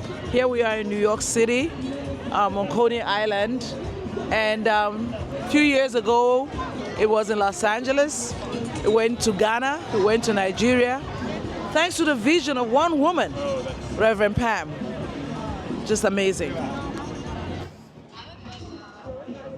Yeah, I turn it off. When I say Reverend Pam, then we'll continue. Okay, nice. So, Reverend Pam, every Labor Day weekend, you do this amazing thing that some of us are beginning to coin as a retreat. We do. Absolutely. Okay, we do. I like how she likes to remind me that we do. Because this is God gave you the vision. Yes, I'm just a visionary. And hey, you're the visionary. And the rest of us, we have to join. Yeah. So give us some perspective about what this 2025 summit has been for you and what you envision for the future. Thank you so much. Do I have to hold this? Yes, please. All If you right. don't mind. Thank you so much to the amazing, incomparable, unclonable, beautiful, covered with honey, Mrs. Pamela Anchang, for who you are. You are a blessing to me personally, and you are a mighty blessing to Africa's Brain Bank. And God ordered your footsteps, according to Psalm 37, verse 23, because you're a good woman. It is rare in this day and age when there's so much backstabbing and jealousy and envy to find a woman who actually got your back. You told me in 2023 that I got your back, and you have. In this case, you have my back, my front, my side, my head, my toe, everywhere. But honestly, everything you see here, our activities, I'm not going to take credit for it because the Lord laid things, even though my son-in-law isn't making noise to disturb my interview, but the different activities is as the Lord gives, The, the inaugural event was March 30th, 2019. It was a 2-activity 1-day event because of funds. So the workshop in the morning, which is now a symposium, was closed door, was not open.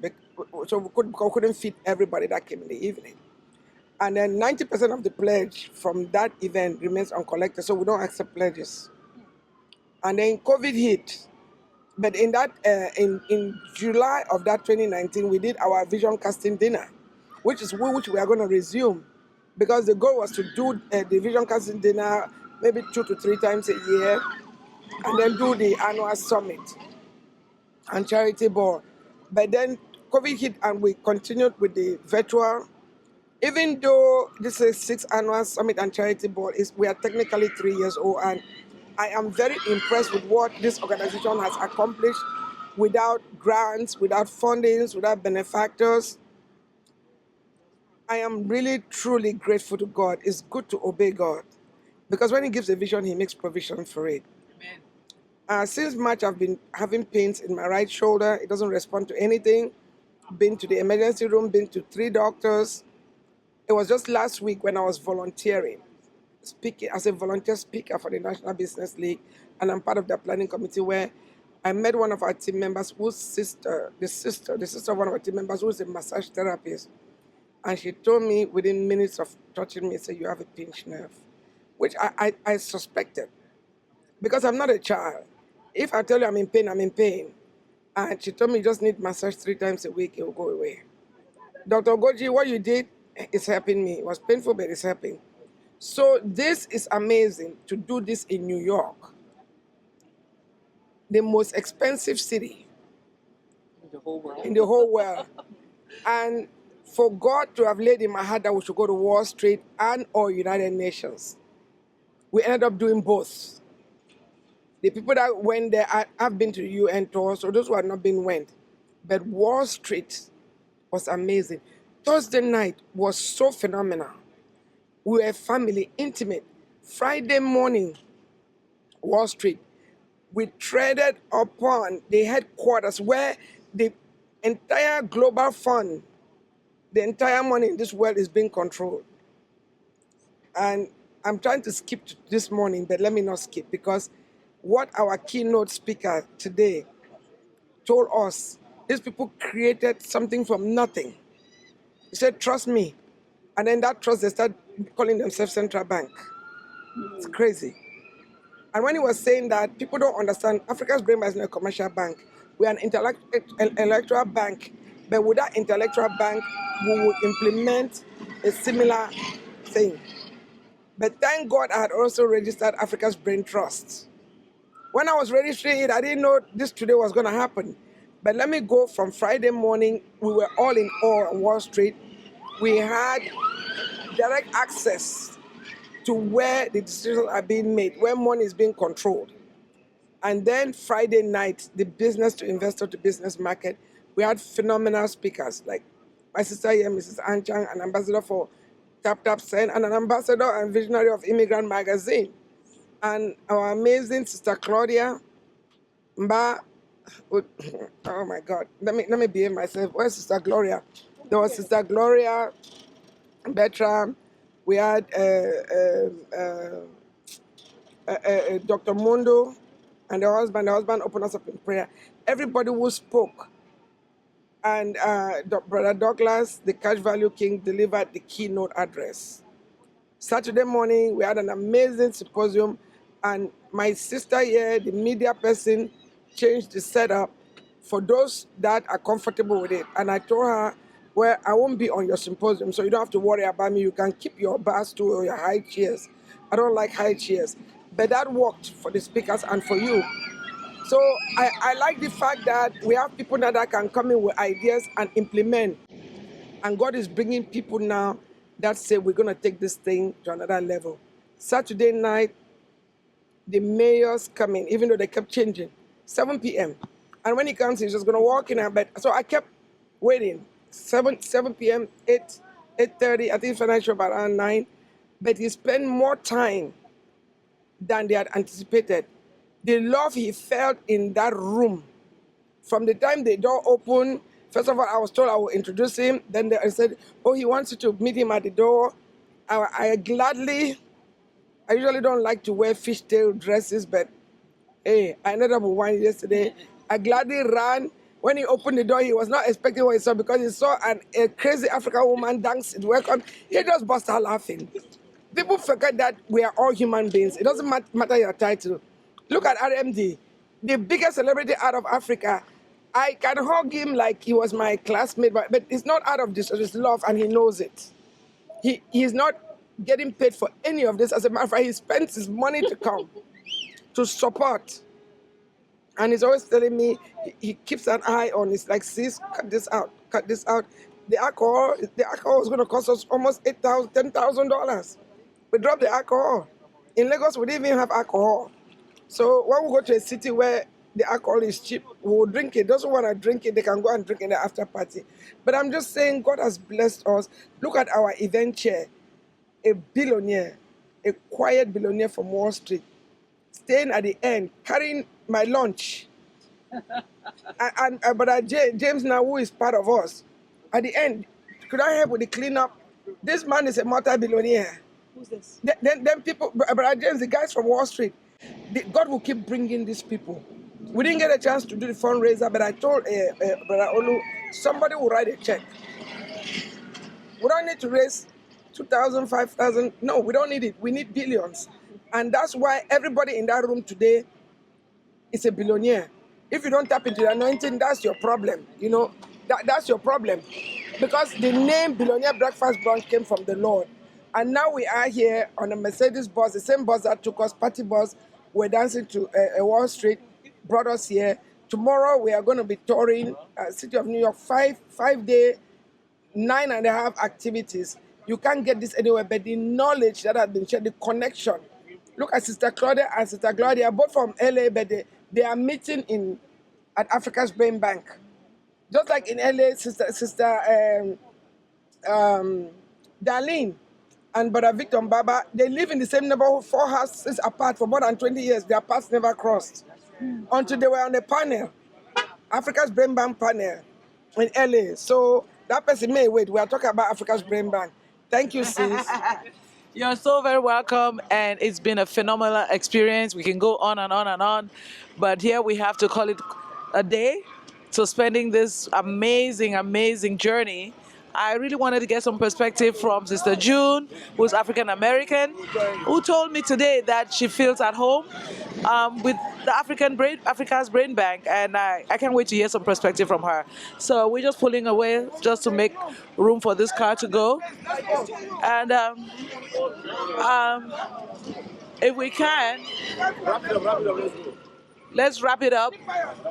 Ipayos. We want you people to sit down first. The ladies should go in. So, all right. Yeah, let's go. So you're parking.